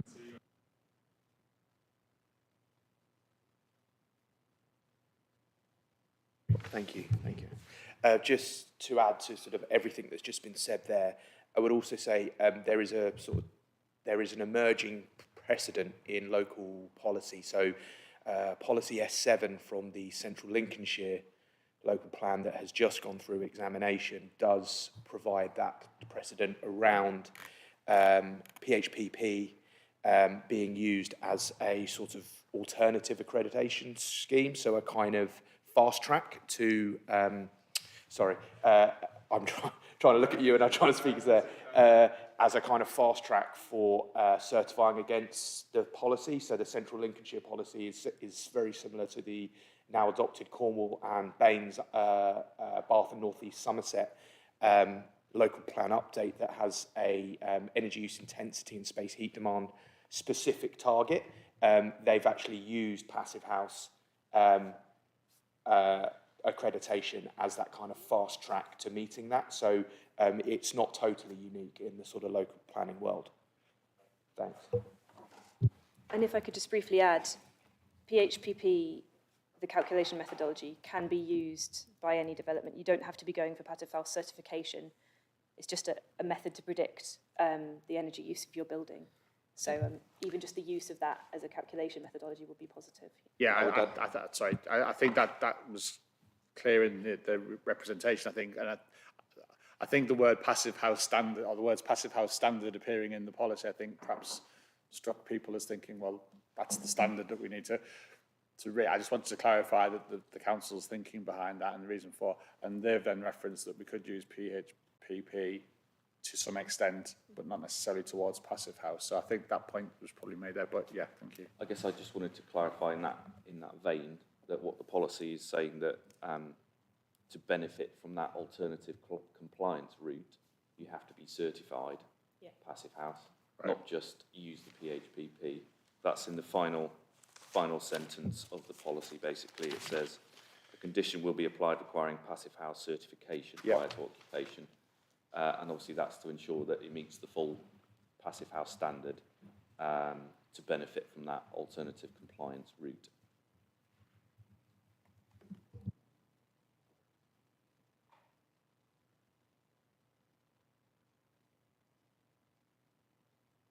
Sorry, I'm just getting my head around that a second. I was just listening to what you were saying. So the condition would be applied requiring passive house certification in order to apply the PHPP. Is that what you're saying?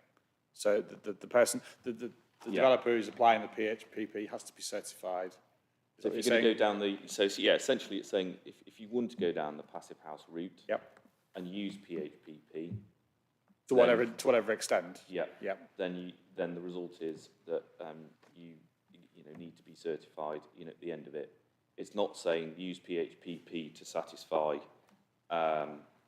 the percentage reductions in the rest of the policy. It's kind of a separate element of the policy as an alternative compliance method. Yes, okay, so I understand. So there's still a compliance you need to have for the PHPP, you still need to go down the certification route. It's not that, you don't have to go down SAP and spam, you could do PHPP, but you're not going to be certified against it. That's not what's happening. That's exactly it, because they're entirely different, calculation, methods. As my colleague has said, PHPP is arguably a better, method than SAP and SPEM, but in terms of the overall approach of the policies and the alignment of the policies with national technical standards, i.e. SAP and SPEM, if you are complying with the carbon reductions, the percentages set out by the policy, then you follow the SAP and SPEM route. The alternative is to go full passive house standard, for which you need to be certified. Okay.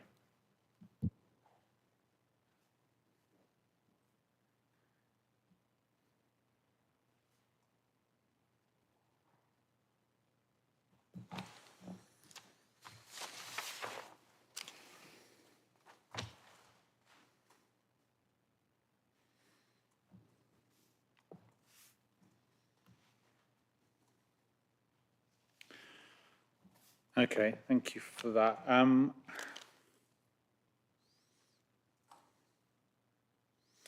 It's just a relatively minor point, I suppose. I just wanted to pick up on that I'd seen, but we turn to sort of policy NZC2C. I think I said I was going to just call it policy C. It's the carbon offsetting policy. That I think someone had made the point, it's very clear in terms of what carbon offsetting, when it will be required and things like that. I think a party had made a point that said, did that need to have subject to viability clause in it somewhere, just possibly to be consistent with other policies, or just in terms of making that point clear? I just wanted to know what the council thought of that in terms of... I did review that, sir, and Yeah. I consider it does have that viability clause in as well. So if you know, reading the policy, it obviously has a threshold. It then has the two compliance routes, i.e. cash in lieu contribution, and then, or at the council's discretion, the verified local offsetting scheme. And then there is the paragraph which includes this viability clause. So where full compliance is demonstrably not feasible in regards to type of development involved in its design, proposals must offset any residual carbon emissions to the greatest extent viable. So it is in there. Yeah. That's fine. Yeah. That was my interpretation of the reading. I just wanted to clarify that that was your view as well, so that's helpful. Thank you.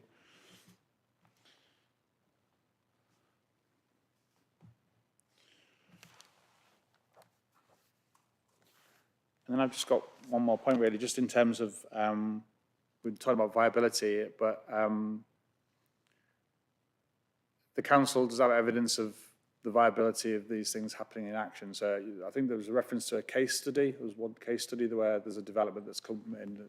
I think it's purported that it's been viable and feasible, dealing with the DPD requirements, I think. I just wanted to know if the council had that case study, or there were other case studies where there's been development.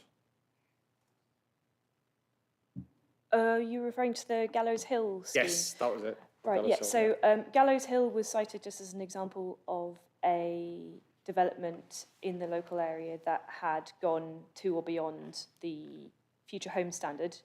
That development, as far as we know, hasn't had to do or hasn't chosen to do offsetting.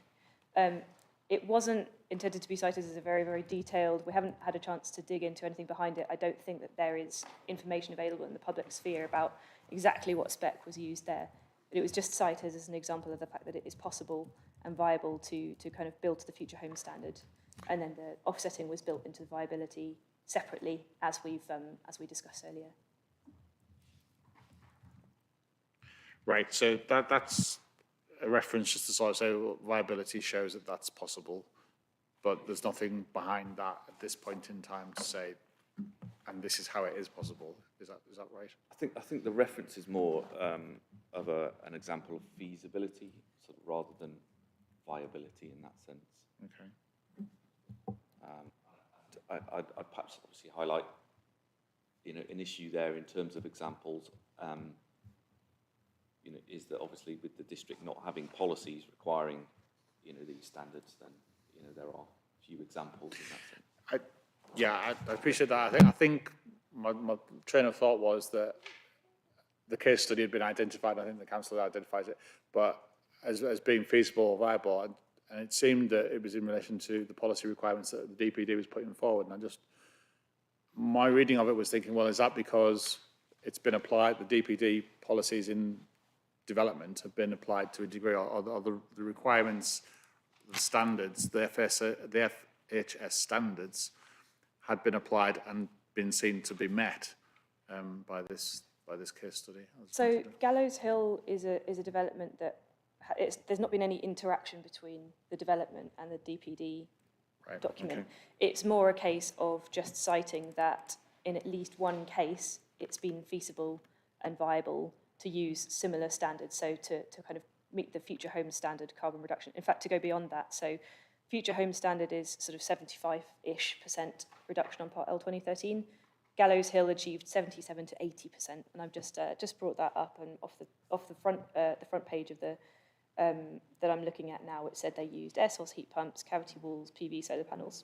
So a bit of a combination of different measures to achieve that. There isn't the full spec anywhere. It wasn't about saying that the DPD policies have been tested at Gallows Hill, but more that some development in the district is coming forward that would meet the minimum on-site standard. It would have met the DPD standard if it had been applying through the DPD. Right, that's the point. Okay, so Yeah, if the DPD had been in place when Gallows Hill had come in, the evidence behind it to support it would suggest that it would have met the requirements. Yep. Okay. Yes, I'll let you. There's cards up everywhere. But I'll let you. Just, I think I would disagree with that summary actually, because the evidence from Gallows Hill, because it is so light touch, we can just see the percentage reduction over Part L 2013. We can only really assume, or, you know, summarise that it would meet the minimum 63% reduction in carbon emissions, but we don't have the information to show that it would meet the fabric target in terms of a 10% improvement over the target fabric energy efficiency of Part L 2021. Right. We don't have that information, and it wouldn't meet the 100% on-site renewable delivery, which you're quite right that the alternative to do that would be offsetting. So it only kind of, we can only summarise that it meets the 63% carbon, not fabric or offsetting. I just agree with that. Yep, absolutely, good summary. It would meet the NZC1, or meet or slightly exceed the requirement of NZC1, and then it would have had to offset, and we would have had to look into whether it met the fabric standard. But looking at the spec, it's very likely that it would have done. But as you say, because the full spec isn't available anywhere, we couldn't say. So okay, so very limited weight you could put onto it, but it's just showing us an example of a direction in travel, I suppose, in terms of what developments are out there and coming forward. And it's one example that, you know, you can take it on that face value, really. Yep. Yeah. This is where I think the scenario testing and the Yeah. feasibility kind of assessment would be really helpful, if there isn't the example of these sites within the borough already, or in the district already, that meet the DPD. Yeah. Carrying out a theoretical assessment would, you know, would help to show that that is feasible. Yeah, to the point on that. As the Gallows Hill example, where would that fit into a scenario test in terms of what size site is it and housing, and is that, could that fall 54? technically into one of the types of development that the viability assessment had looked at? So Gallows Hill is apparently 54 new homes. Okay. It's a mixture of 1, 2 and 3 bedroom homes, all for rent or shared ownership. I couldn't comment personally on how that would fit into scenario testing. Perhaps I could hand to colleague Anthony. It would fit somewhere between typologies 5 and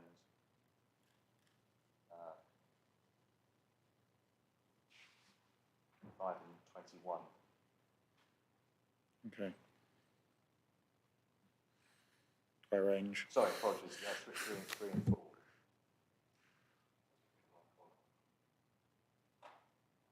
Okay, so typologies 3 and 4.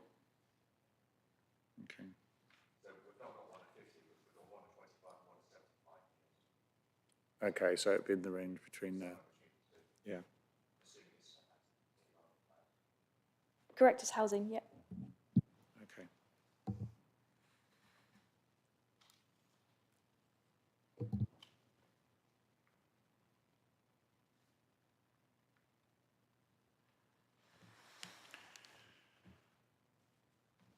Okay. So, can I make it's a more general point, I guess, around, you know, this matter, because obviously we're dealing with sort of viability, you know, matters. I think to some extent that question maybe relates to sort of feasibility. You know, is delivering the future home standard a feasible proposition now? And I you know, don't believe in any of the representations there is any suggestion that it isn't.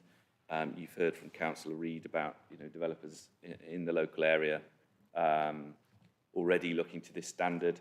And I did also note in the examination statements from other parties, notably from Savills on behalf of Barrett David Wilson Homes. Obviously, they're not in attendance. But paragraph 2.34, it's, you know, whilst house builders are gearing up for meeting, or in Barrett David Wilson Homes' case, exceeding the proposed introduction of future home standards in 2025, that is still, you know, 2 years off. So it is apparent that the developers, the house builders, are already, you know, looking, you know, into this standard as you would expect to be, and obviously any sort of planning permission granted now, particularly if it's a larger site, you know, may well be housing being delivered after 2025 anyway. it's not a question of sort of feasibility as such, and obviously what we have done is provided separate evidence on the viability side.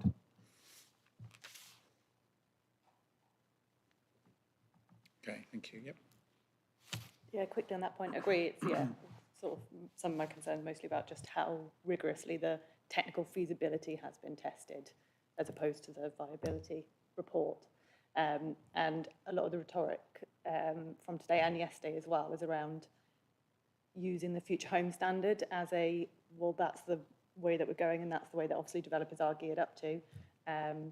But the DPD exceeds future home standards. So I think I tried to raise that point yesterday, that a lot of the kind of feasibility messaging is around, we're just bringing future home standard forward 2 years, whereas this is exceeding it in both the fabric targets and obviously the deliverability of 100% reduction on site is what we're aiming for, ideally, and obviously offsetting as a final resort. So just wanted to make sure that that's kind of clear. Let's come back on that point, yeah. Thank you. Yeah, so at its core, the minimum that the DPD requires is the future home standard. And then you would either use solar panels or offset or some combination of the two. And in the cases where it's not feasible or viable to use those solar panels, you could just offset. So actually the very minimum standard that the DPD is bringing in for on-site is the future home standard.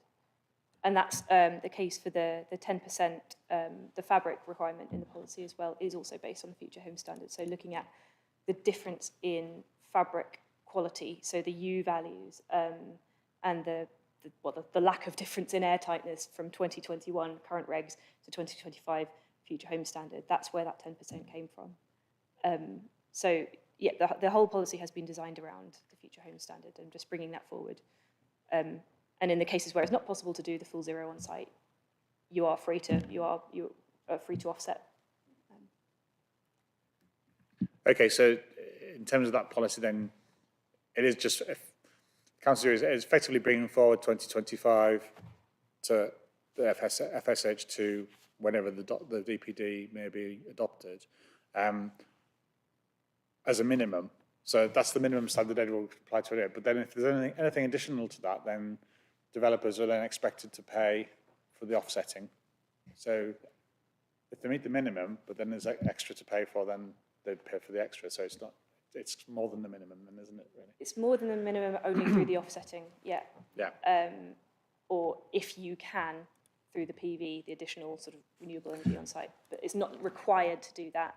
You could still get consent by going the offsetting route and paying something like 800 quid for a 3-bedroom semi-detached house, as we've worked out. Yeah. I think that's where I know that they're interlinked, but sort of separating these feasibility and sort of viability issues. The question of, I don't think, feasibility, the policy as a minimum just does require a future homes design standard, of which we don't think there's any question is sort of feasible. Sort of beyond that, there is, encouragement to provide on-site, renewable energy, or there is an option to, carbon offset. Yeah. And obviously they've been taken into account more in the obviously viability side. Okay. Do you want to come back on that point there? Yeah, just a little bit of, I think, variance between the policy wording and our discussion today. The policy wording on the DPD leans towards if you can prove that you cannot deliver net zero on site, then we will allow you to offset. Whereas the discussion today is more around, oh, if you prefer to offset, please offset.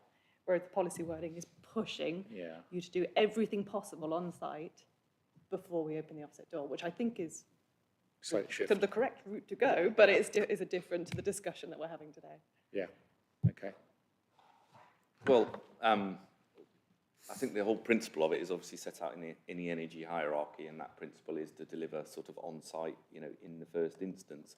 But I guess what the policy doesn't require is sort of net zero on-site, because there is that carbon offsetting mechanism. I would just note that the way that you would demonstrate that, it's not, well, basically the detail of how you demonstrate that, our intent is that will be set out through the guidance on energy statements. which has been scoped and sent, I believe, in advance of the examination. So the aim of the policy is really just to make sure that developers have explored every option that there is, and that they can convince the council that they have explored the options to do that, before just going, oh, we reckon it's cheaper to offset, therefore we're just going to offset. Or we think it's easier to offset, and therefore we're just going to offset. So We just want the council to be able to look at the evidence that they have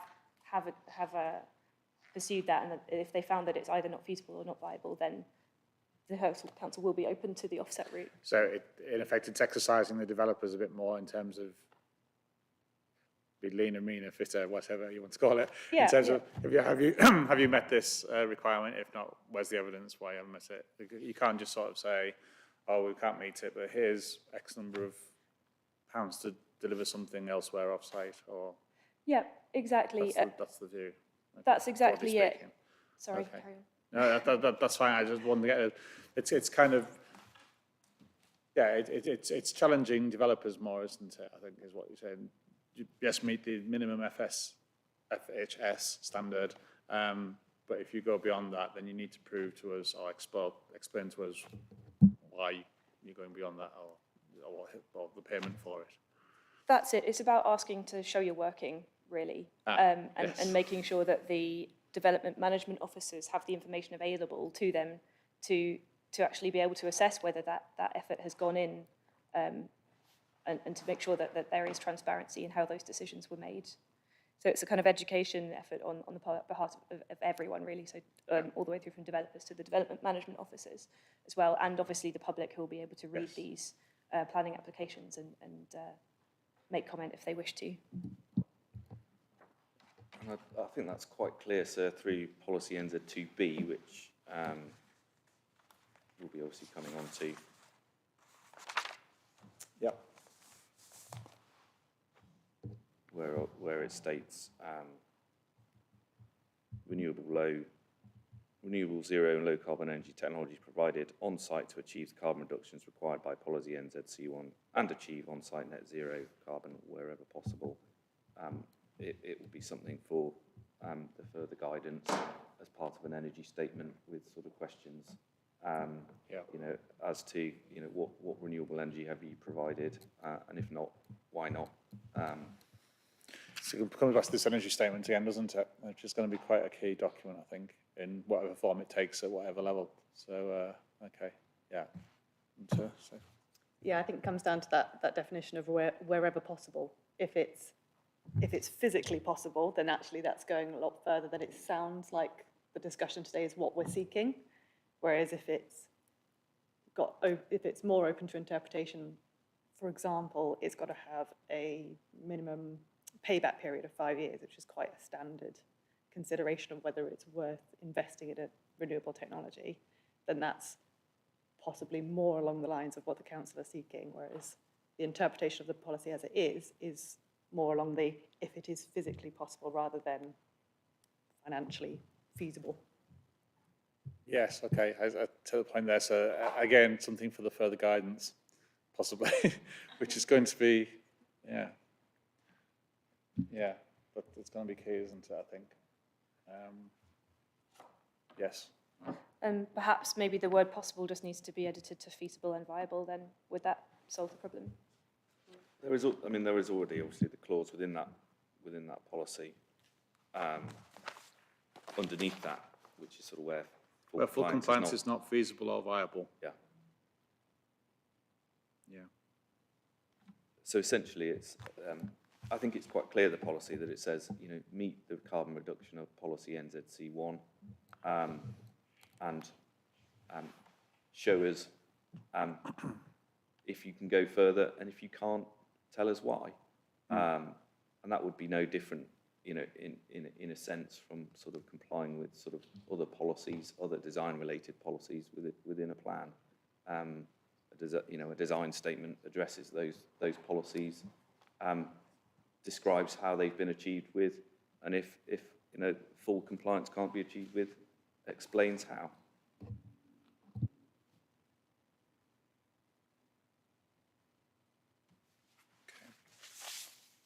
Yes, Mr. Oakville.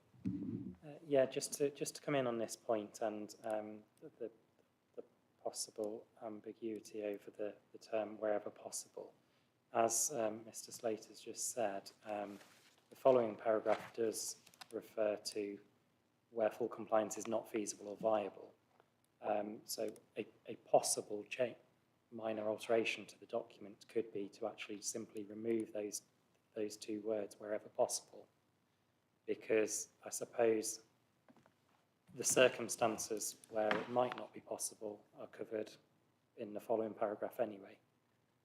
So if that reduces any ambiguity, that's a change that we could look to make.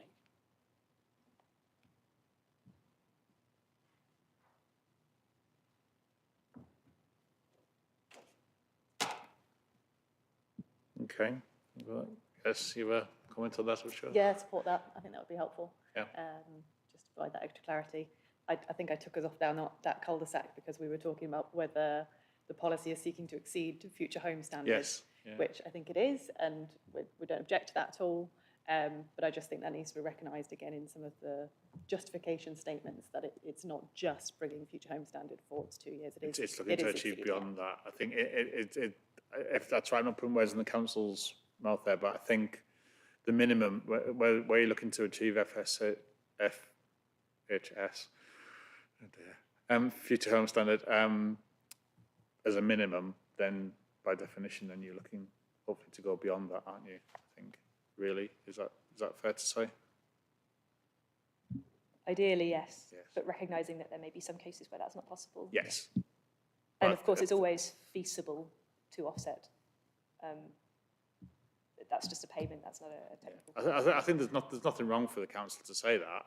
I think that's fine, but I think say it, say it, and then everyone's in the know. Really, I think. Yeah, I think you can interpret it, but yeah, I think that's fair enough. So I think just in terms of that, I mean, we will come on to NZC 2B, policy B, another further session, but just want to know in terms of that action point, then potentially removing that wherever possible. If someone could just make a note of that. I probably should just say towards the end of the week, we'll have the wrap-up session, and we'll sort of mop up where all these points are, action points and things, and try and pull them into sort of some shape, and to what actions are going to come out of that. So potential modifications to the plan, that sort of thing. We'll look at the minor modifications that the council has put forward as well at the end of that week, at the end of the week as well, just to sort of see where things stand on that, moving the examination forward. But that's for a later session. But I just wanted to make sure the council are making notes as we go, so that we have that for the end of the week.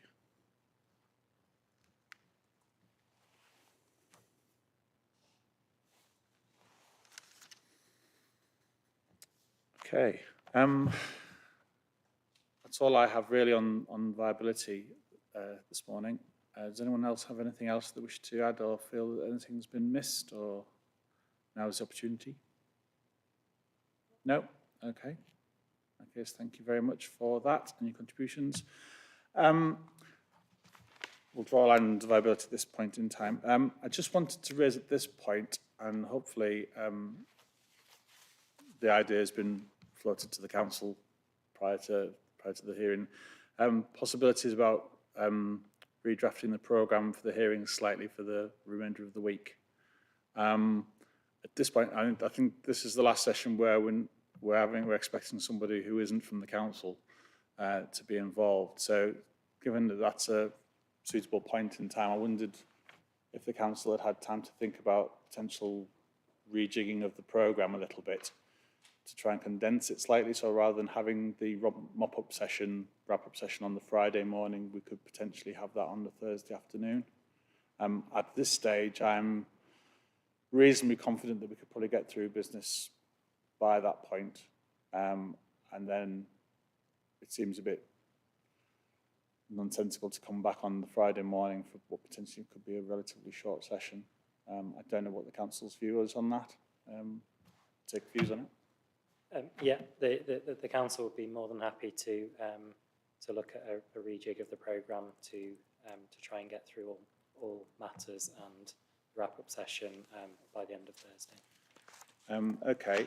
In that case, then, what I had in mind as a starter for 10, if you like, is that we'd proceed this afternoon with the regular sessions for session 4, which is matters 4 and 5. And we'll get through that, which is reducing energy demands and energy sources. That would just remain as is today. And then tomorrow, what I would potentially suggest is in addition to the carbon offsetting matter tomorrow morning, we would then perhaps move matter 7 from the afternoon, which is embodied carbon, into the morning session as well. So perhaps we would deal with carbon offsetting and then take a break in the morning, see how things go, and then look at embodied carbon before lunch. I mean, obviously, we can flow into that. It depends on what the discussion, the conversation, how far we go, but move that into the morning, and then that would then bump up matter 8 into the early afternoon, and then if we get through matter 8, we would then have time at the end of the afternoon for the wrap-up session after an adjournment. To try and think, does that seem reasonable? Yes, thanks, Inspector. Yes, it does seem reasonable. Okay, so should we sort of take that forward then? We will need to advertise that, I think, as a change to the programme. So perhaps Mr. Kemp can look at that on that terms, and we'll put it onto the examination website so people are aware. And obviously it's been live streamed, so hopefully people will pick that up as well. So it's important people know that change is happening, and we'll have that as version 4, I think. Is that okay? So we'll go ahead on that basis then. That's fine. Thank you. That's helpful. Okay then, so just in terms of the action points then for the end of this session, I think, correct me if I'm wrong, but there was the council to go away and do some extra work on the assessment, the stages, showing your working, if you like. I think is a helpful term that was raised just at the end. So a document to show working about how you've gone about the assessment, the viability approach. And I believe that was going to be ready for tomorrow morning. I think, so that would be fantastic if that's available. And again, we'll have that on the website, and then we'll identify an opportunity for people to respond to that and provide responses in due course on that. There'll be enough time for that. And then just to keep a track of what we said about changes, so that latter policy change there for NZC to C. B, was it? B, thank you, yes. Gosh. The removal of those wherever possible words, I think, is just to make a note of that, and we'll pick that up on Thursday afternoon now on that. Yes, you're foraging for a nameplate. Yeah, just a point I would make about the policy numbering, because yes. I think a few of us perhaps at times have struggled with it's not the most complex I've dealt with, I have to say, but okay. It's up there. but just a bit of background to that, really.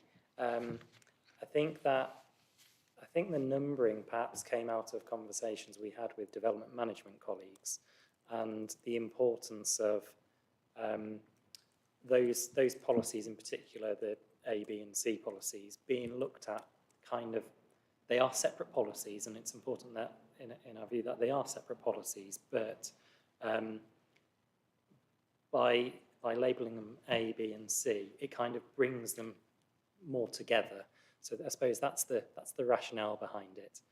I understand that completely, and I appreciate it's all part of the energy hierarchy, and I understand the structure of it completely. I think it's just, I refer to them as policies, A, B, and C. I think it's just, I'm trying to do that in my mind, but then I keep looking at the prefixes and things. But I understand the methodology and the rationale for it completely. So, and it makes sense. It does make sense. It's just trying to get my head around it. It's me, probably. Yeah, but I have had some incredibly complex, some policies that have had maybe 6 or 7 characters to them and prefixes before, and then subclauses beyond that. So this is, relatively speaking, quite straightforward. So don't worry about it. Okay. Right. Thank you very much. We'll probably end there, I think. Thank you very much, everyone, for coming along. Contributions as ever. It's been really helpful. I've got a lot of information now, which is going to help me, I think. So we'll be adjourned now until 1:30, and then we will be dealing this afternoon with matter 4 initially, which is the reducing energy demands and policy air, we'll call it. Okay, so thank you all very much. We'll see you this afternoon.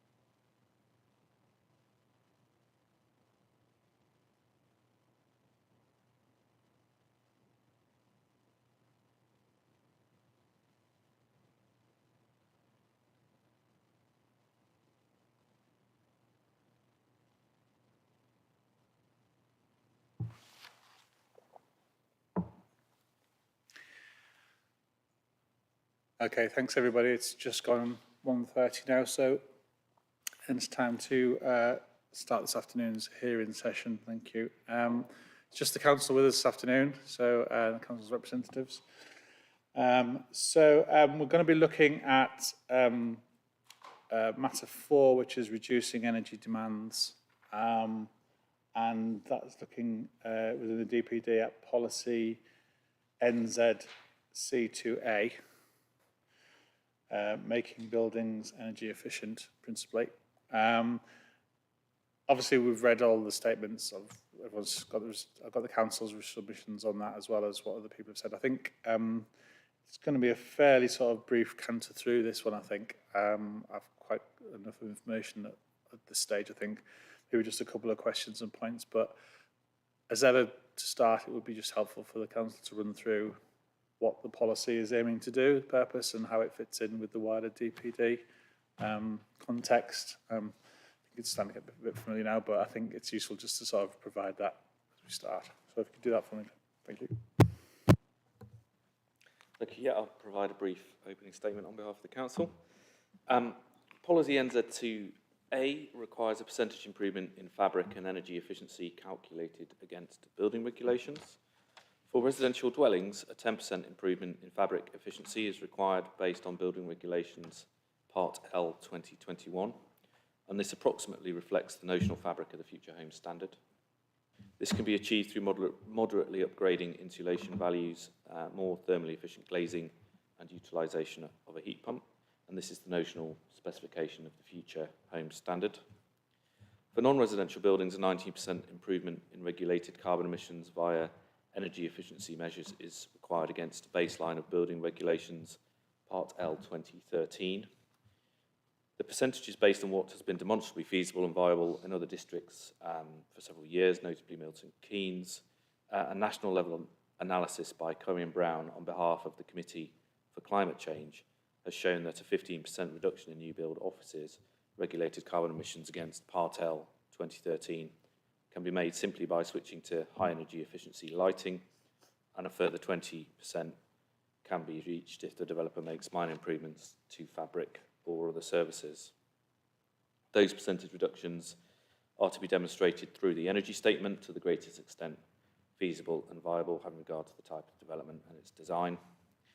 So coming back to why it's there, the analysis in Warwick has shown that a dramatic improvement in home and building energy efficiency is required for Warwick to hit its own carbon reduction commitments, in turn necessary as part of the fulfilment of national carbon commitments as well.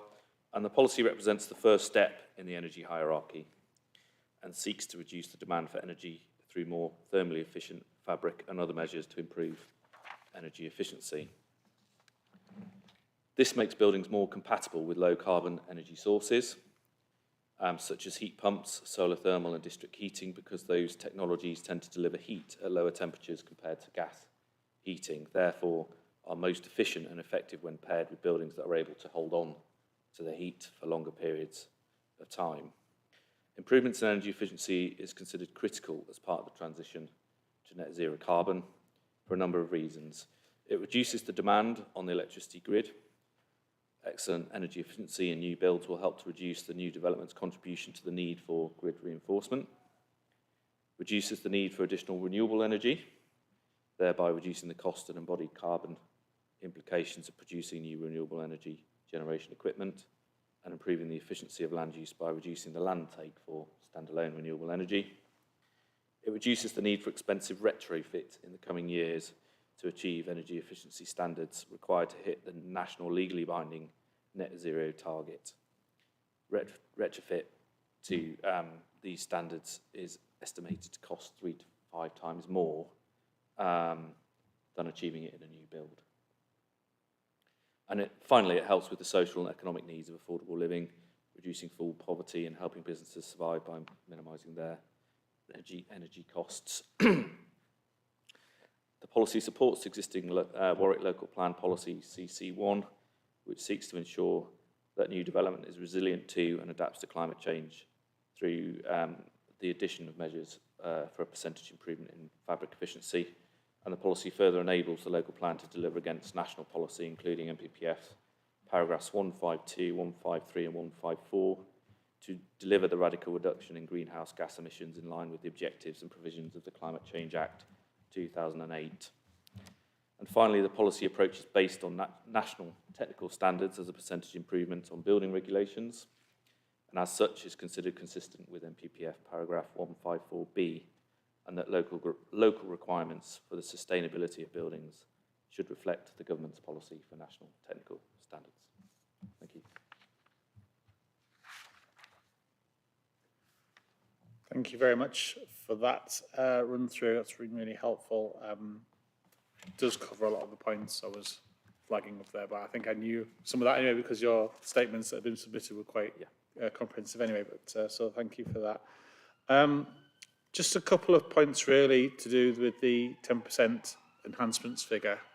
That's 10%, correct me if I'm wrong, that's 10% over and above what the building regs 2021 is suggesting or is requiring. So there's the 10%. I know you mentioned just in your introduction there about the national technical standards, and I just wanted to just clarify where that 10% above the building regulations requirement has come from and the evidence for that. So perhaps between yourselves you can help me out with that, please. Yeah, happy to come in on that. So the 10% improvement in dwelling fabric efficiency is based on the difference in notional building specification between the 2021 Part L and the 2025 Part L indicative specification that was shared by the government through the Future Homes Standard consultation. So there's an approximate, there's a small difference in each part of the building element. So there's an uplift to the insulation values, an uplift to the in walls, in roofs, in floors. There's an uplift to windows and doors. The difference between 2021 and 2025 for each of those varies. So some of them are uplifted more than others, but across the range of different elements, the change was about, I think it was in the region of just over 10%. So we just rounded it down to 10% to make sure that we weren't going beyond what's been shown to be feasible through the Future Homes Standard.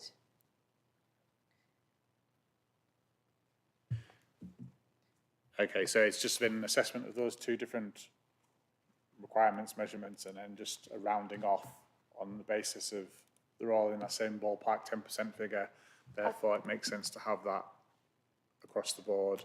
Absolutely. As a sort of consistency. Okay. Yeah, and I'll just note that while we didn't have access to this at the time of developing the draft, we have since learned about and referred to, I believe, in our subsequent statements, again, some of the evidence base for the Cornwall document, again produced by Curry and Brown and Etude, where they did model the what would be the fabric energy efficiency as calculated by SAP for a home built to 2013 standard, 2021 standard, and 2025 Future Homes, and it comes out to a sort of similar range, so between 8.3 and 15% as a basic improvement to that SAP figure. So 10% still falls within that.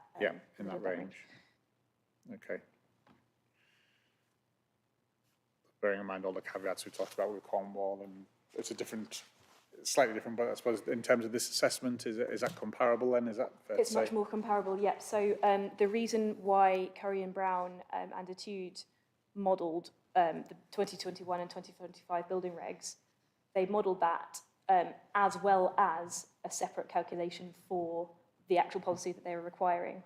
And the reason that they did that was to compare the 2025 building regs to show how much better their actual policy was in terms of the outcomes for having a different kind of requirement, so having an energy use intensity target and a space heat demand target rather than going via building regs. Okay, do you have a reference for the policy that they were relating to at all, or in terms of their policies at Cornwall?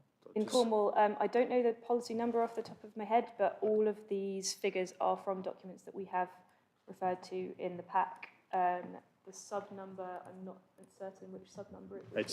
Well, I've got the decision, the inspector's decision with me, but is there something else that I need to be looking at in terms of where I might find that?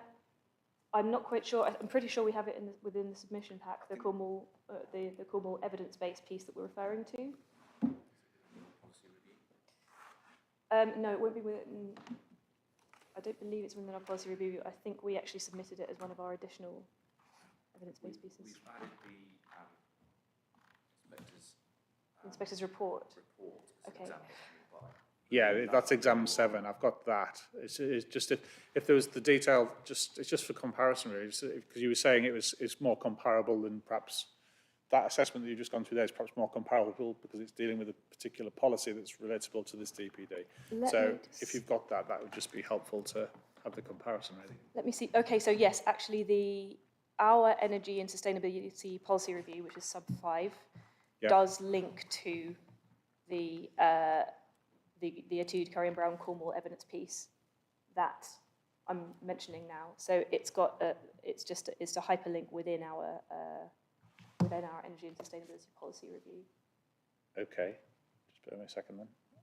In the annex, page 21 that 30, is it? 31. Let me just see. So we're at this morning. 21, yes, yeah, Yeah. the same one we were mentioning this morning, yeah. Okay, just bear with me a second.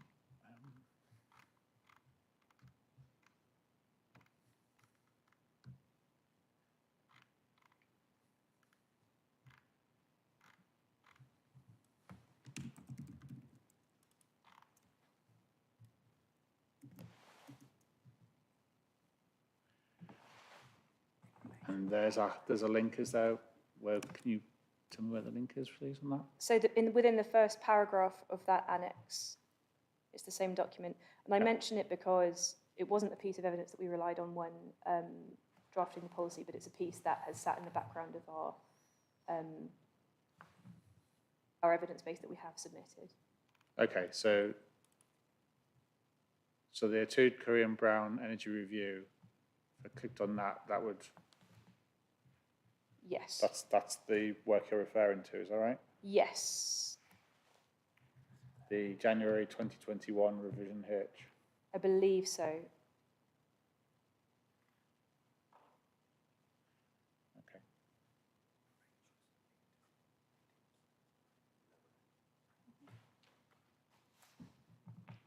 It depends on which building type, but yeah.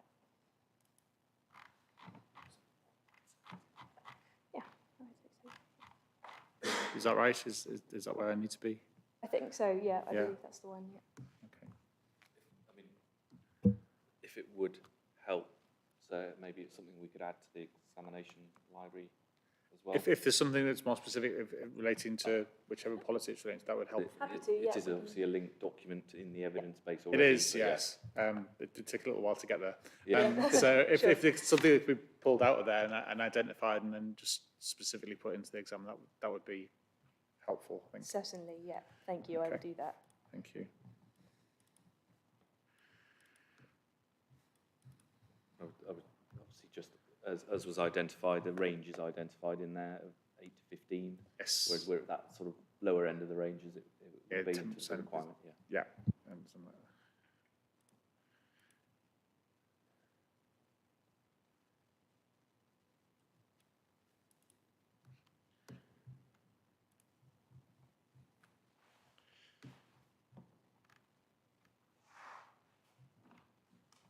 Okay, thank you. So, so the 10%, that's the justification for it, where it's come from.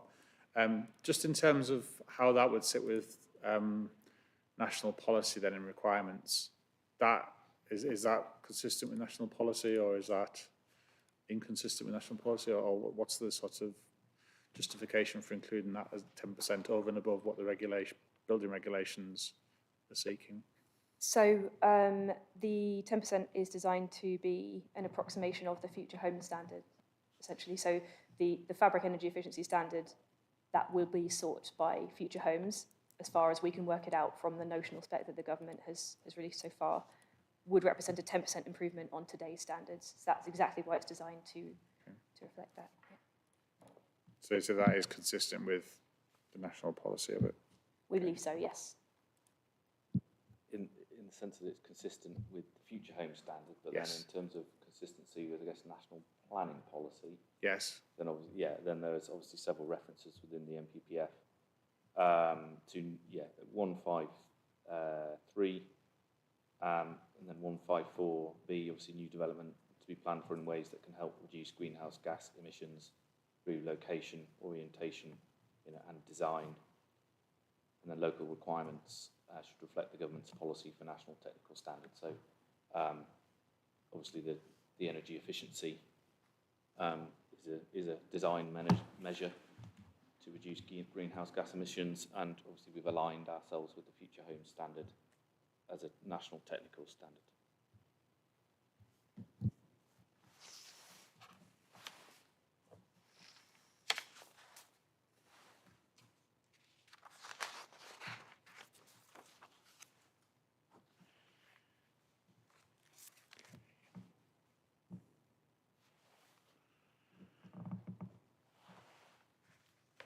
Okay, so that's so the 10%. I think I'd seen in reference to representations, there's sort of diverging views really. Some people are saying it's not, it's too far. Other people are saying it's not enough in terms of percentages, which you're going to get. I suppose it's a happy medium in between the two, I suppose is what you're looking for. But I think some had suggested possibly, why at 25% up enhancements and things. Now, that would be great, I imagine.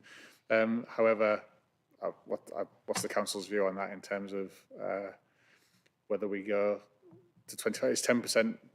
I imagine it's, from what we just said, it's kind of almost in the sweet spot as opposed to as much as you could get away with, but I'll let you answer. That was, you've taken the words out of my mouth, exactly that. So it was the level that we thought was reasonable, ambitious, and aligns with or approximates the Future Homes Standard, but without kind of going for a further standard without any evidence to show that that would be the reason, that would be feasible and viable and deliverable. What would you be looking at for a 25% enhancement in terms of the types of things, just out of curiosity? I don't know. It's difficult, it's an unfair question, but it's difficult to answer without without being able to sit down with the U values and the insulation values and so on, but I could imagine that you might want to have an even greater uplift to insulation. You would probably, actually no, almost certainly want a significant increase to air tightness. Are we looking like passive house standards and are we looking at that sort of thing, or is it still below passive house or beyond it? I don't know. So the difficulty is that the passive house standard, it relies on actual performance, while the building regs, fabric energy efficiency is a kind of, it's an approximation. So I would say that passive house standard would go beyond the 25%. Okay. Is most likely to, in most cases, to go beyond 25%.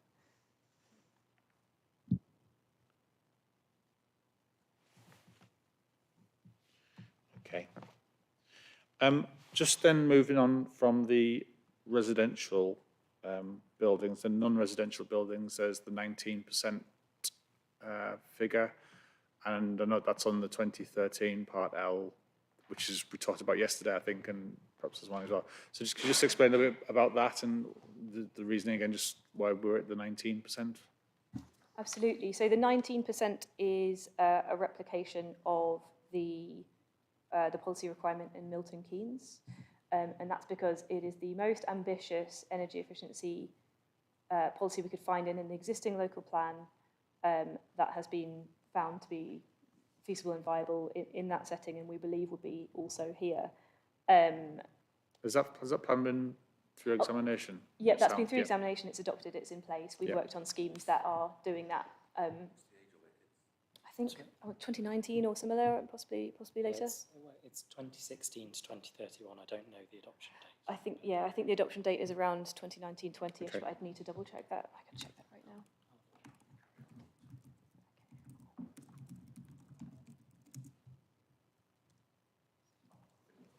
Adopted. I think the point is it's an adopted plan, and it's a couple of years old, I think. Yeah. Already, Yeah.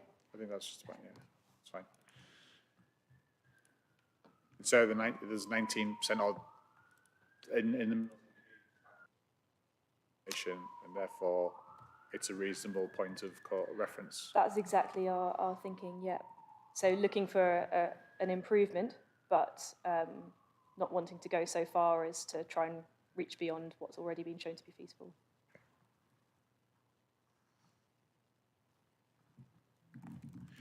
And again, the 2013 is because the government hasn't updated for non-residential buildings the requirements for Part L, or sorry, the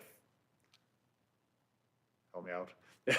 I can help you, definitely. The government hasn't published the equivalent information for the residential or the non-residential, the residential. Exactly. So the residential, we were able to do quite a lot of calculation and digging into what's actually inside it, whereas the future building standard, which is the equivalent to the future home standard. That's what I was grappling for, yeah. Yeah, there you go. Yeah, so the future building standard spec doesn't give you that same degree of this is the fabric that we would have in our notional building. This is the, and basically that's because non-residential buildings vary so much more than residential buildings do. And therefore we haven't, I don't think we have any government statement saying that the future building standard will achieve exactly X% improvement on today's or on 2013's regulation. So we didn't have that same level of comparable data to go on in terms of what it would deliver.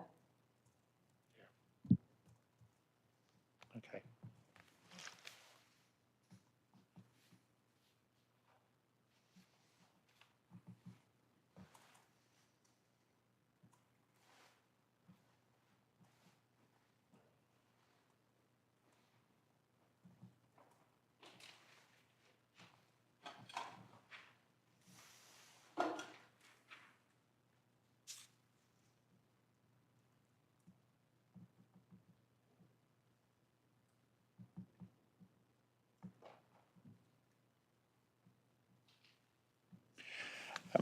Just on, sorry, it disappeared. I'll let you get back on the chair. There we go. Okay. Yeah, I just wanted to check that evidence is as current and up to date as it can be. The paragraph 6.3 of the supporting text for the policy, it's on page 23 of the DPD. It says to demonstrate compliance with policy NZC2A, calculations should be performed using the latest version of SAP 10.2 methodology, and that says current version 20th of August. Is that still the most up-to-date version of it? Or I should have turned on my mic there. Yes, 10.2 is still the most up-to-date version of SAP. Okay, and then presumably that will just then, as and when things update, that'll just be applied accordingly. That's the intent, yeah. Yeah, okay.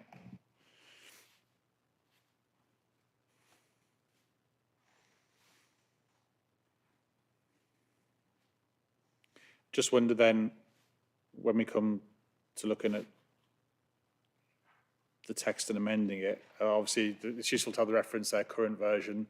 I just wonder whether it actually needs to be in there, because if you just sort of say the latest version of the SAP 10.2, then it's probably just going to do the job, I would think. Unless the council has a desperately different view from that. I'd be very happy with that. I that. think it's just useful to have it in there. I appreciate why I said it's a draft file document, but I think if it was moving forward, it's probably not necessary. That's a very good point, especially if we want this DPD to be in place for a while. We wouldn't want it to be overly dated. That's a really good point. Yeah. Thank you. So, yeah, so just latest version of the SAP, that will probably just do that, I think. Certainly.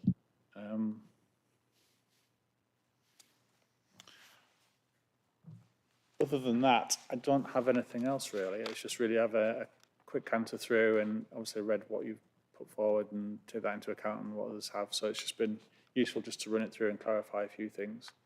So unless there's anything else on that particular policy and matter, anyone wishes to raise at this point?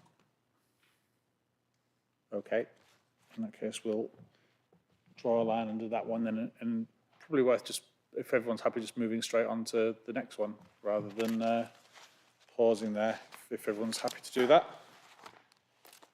which is matter 5. Just give me a second or two.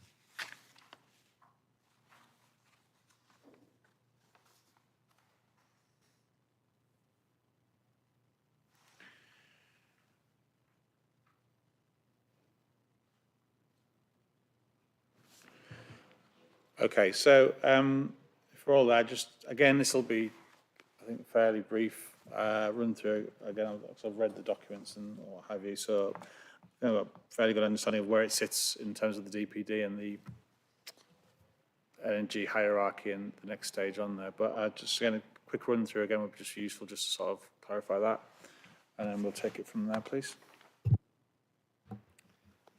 Thank you. Yep, as a brief opening statement, policy NZC2B represents the second stage in the energy hierarchy and seeks to deliver the regulated energy demands of the building or development through low or zero carbon energy sources. The policy requires that as a minimum, renewable, zero and low carbon energy technologies are included to allow the building to meet the overall percentage carbon reduction sought by NZC1, and then to achieve on-site net zero regulated operational carbon wherever possible. Put simply, the total percentage reduction in carbon emissions required by policy NZC1 would be delivered through the carbon savings made at NZC2A plus NZC2B, and then any residual regulated operational carbon emissions will be met through NZC2C offsetting. In accordance with the approach of NZC1, there is not a target percentage of a building's energy demand that should be provided by renewable or low carbon energy sources. The policy includes flexibility as well in terms of the type of low and zero carbon technologies to be employed, and allows off-site zero or low carbon energy generation or heat network provision where there's direct off-grid connection. It's deliberately not prescriptive with regard to the types of technology which may be used, so that this can be optimised with regard to a development site and its context, and so that development can be responsive to the future evolution of technology types and availability and cost. The Council does recognise, though, that supplementary guidance on this matter would assist, and has prepared an initial scope of that guidance as Appendix 1 of the Council's statement with regard to Matter 2. The supporting text is clear that fossil fuels are to be avoided, and that's at DPD, paragraph 7.3, and zero carbon ready technology which does not have a credible and time-bound route to decarbonisation, i.e. hydrogen boilers, are also to be avoided, and that's referenced at DPD, paragraph 7.6. Policy NZC2A, together with NZC2B, are effective in reducing the regulated carbon emissions to operational net zero in accordance with NZC1 through first employing energy efficiency measures to reduce overall operational energy demand, and secondly through the provision of renewable energy or low carbon sources to meet this operational energy demand. The requirement is designed to encourage developers to include enough solar panels or direct connection to renewable energy scheme to bring the development's regulated carbon emissions to zero on site after having met the energy efficiency requirements of NZC2A. So by regional analysis, which is presented in the policy review, has estimated that for a typical home that has already met the targets of NZC2A, the cost of and NZC1, so the overall percentage reduction in carbon, the cost of the additional on-site solar panels to match the home's regulated energy use would be comparable to the cost to offset the residual carbon over 30 years, and that was something that we discussed in the viability session earlier on, and that's if that offset is calculated without future grid decarbonisation. The policy supports the existing Warwick Local Plan Objective B to address climate change and Strategic Policy DS3 to deliver a low carbon economy and lifestyles, and it complements policies SCO and CC2, which include measures and criteria supportive of transition to a low carbon future through the provision of renewable energy. And finally aligns with the support provided under the NPPF paragraphs 152 and 155 in providing a positive strategy to increase the use and supply of renewable and low carbon energy. Thank you very much. Just a couple of brief points, really. And it just refers to representations. Obviously, people aren't here to put their cases forward, so I'll do that for them. But just in terms of referencing fossil fuels, you mentioned it there in paragraph 7.3. Are there, the need to move away from fossil fuels? I just wondered what the council's view was on is that a sufficient acknowledgement of it, or should it be somewhere perhaps in the policy? Is that a reasonable? Is it sufficient there to just be in the supporting text, I suppose, as a council priority, or should it have more prominence in the policy? And if so, why? If not, why? I'm happy to take that.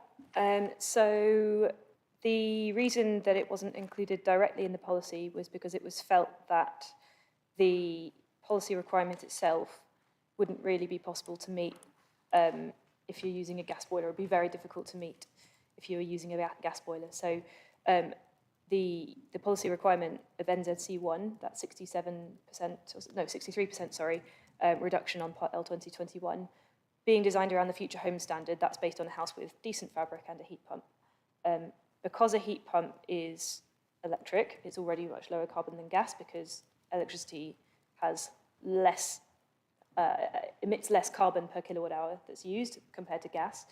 And then secondly, a heat pump actually almost reduces by 2/3 the amount of energy that you need to use to deliver the same amount of heat. So a heat pump delivers almost between sort of 2.6 and 4 units of heat for every electricity kilowatt hour that it consumes.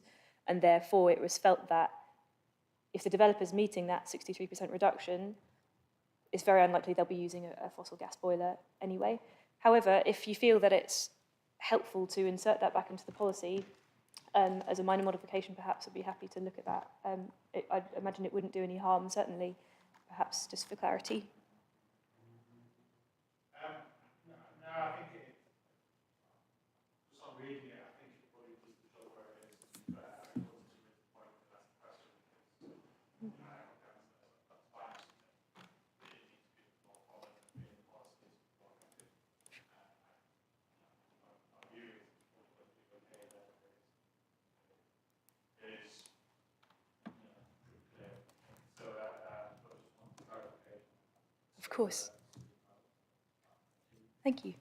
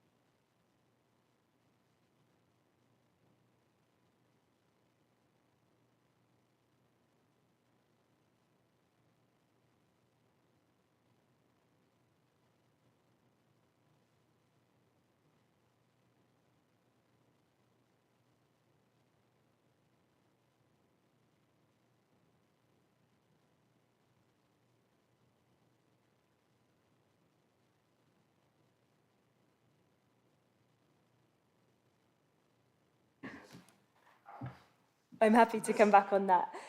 So yeah, it's a good point, and I did also knock my eyebrows a little when I read that same submission. So our view is that together, policies NZC to A, B and C together add up to NZC1.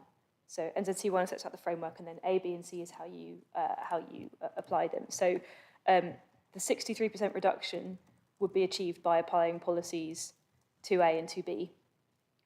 And that means that a heat pump is, part of how you get to that 63%, but it is also part of how you, because renewable and low carbon energy is part of how you get to the initial 63%, whether or not you add then further renewables on site to get to zero carbon, or you go through offsetting. So The second point, just to come back on ambiguity, we didn't see it as ambiguity, we saw it more as flexibility to future technologies. And essentially we've seen a few local plans in the past tripping up on themselves because they pin themselves too strongly to a particular technology. Whereas actually what we're seeing really now is that technologies are developing so quickly that we don't want to pretend to know what in the future will become possible.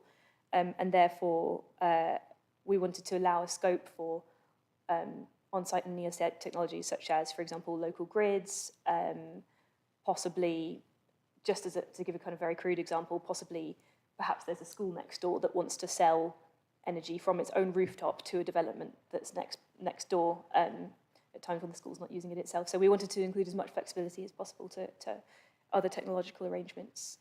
Thank you. I suppose it's an age-old problem, isn't it, trying to be flexible, but having clarity as well, in terms of setting targets, percentage targets, for example, we were talking about just earlier, and then having the flexibility. So it's a fine line between the two, I think. So one person's flexibility is another person's ambiguity, isn't it, really? Okay. And I would just note that we are intending to lay out a little bit more clarity in the additional guidance that's been scoped out. Yeah. I was just going to come on to that point, because you mentioned also just in the preamble about further guidance to sort of clarify some of these points in here as well. I think I don't know if we discussed about a timescale on that. Was something that we were going to talk about? I don't know if it was mentioned yesterday about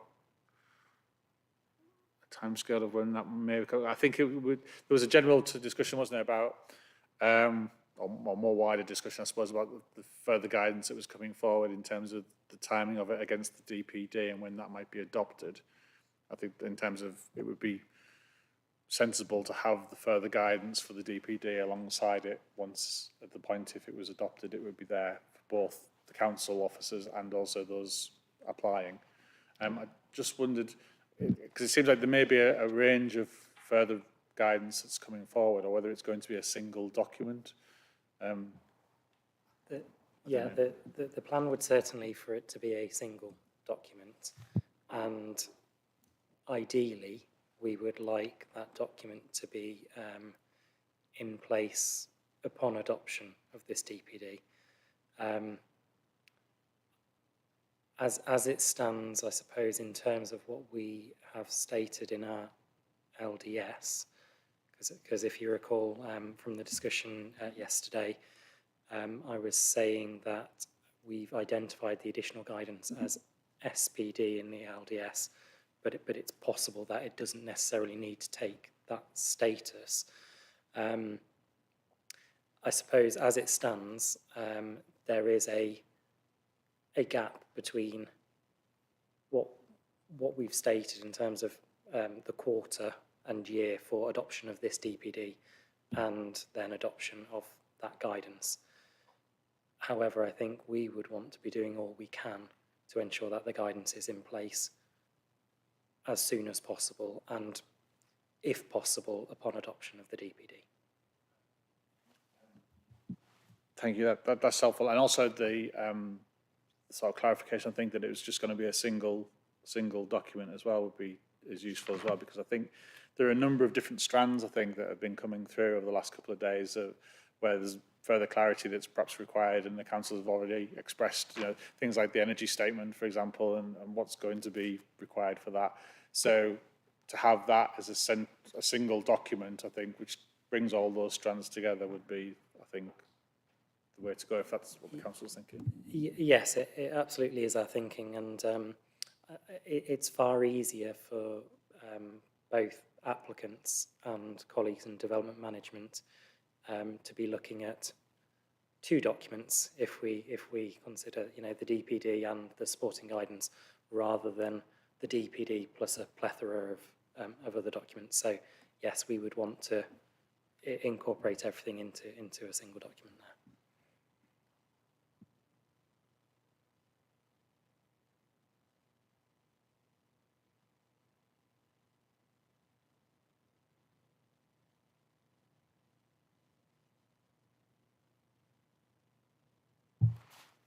Okay, I haven't got anything else really. It was just to clarify that and cover it, and just answer those couple of queries that I had from other representatives. So that's been helpful. Thank you very much. I said it would be fairly brief. It was. unless there's anything else anybody wants to raise in relation to what we've just talked about this afternoon, now's the time. The action points, I don't know if we've got any action points coming out of that. Perhaps just the amendment to the policy that we talked about, taking out that date, I suppose. Just make a note of that and keep a list of it, because we'll go through it at the end of the week, just to make sure you've got notes of that. And then what I'll then ask the council to do after the hearings are done is to sort of compile that schedule of any changes. I appreciate the council's already done some minor modifications document with that end, so it'll just be pulling all together those, so that I then have a whole comprehensive list of what modifications may need to be happening, and then we can take it from there as to whether or not they're main or minor after the hearings. So that's where we're going with it, but I think if you can just make sure you keep a note of those points, that would be excellent, please. If there's nothing else then, just to go back then to the point earlier, that the earlier session today was about the rejigging of the programme. I think that has now been amended. I'm not sure it's actually been uploaded onto the site yet. If you just check that, please, because that obviously has a bit of a bearing on what we're going to discuss tomorrow morning. Has been amended. It's and it's on there now, updated. is It's it? all on the website. Okay, so I think then tomorrow morning we'll be looking at matters 6 and 7, which are the carbon offsetting, which is as is, so that'll be a carbon offsetting points, policy C, we'll call it, NZC 2C, and then the matter 7 will shift from the afternoon into the morning, so that will be to do with embodied carbon, so we'll deal with those 2 points in the morning. And then in the afternoon, it will be the existing buildings policy, NZC4, and then we'll have a bit of an adjournment and then a wrap-up session towards the end of the day tomorrow. Is that okay? Understood? Yeah, that's good. In that case, there's nothing else. Thank you very much. And we'll adjourn for the day, and then I'll see you all again at 9:30 in the morning, or those of you that are attending anyway. Thanks a lot. Thank you very much.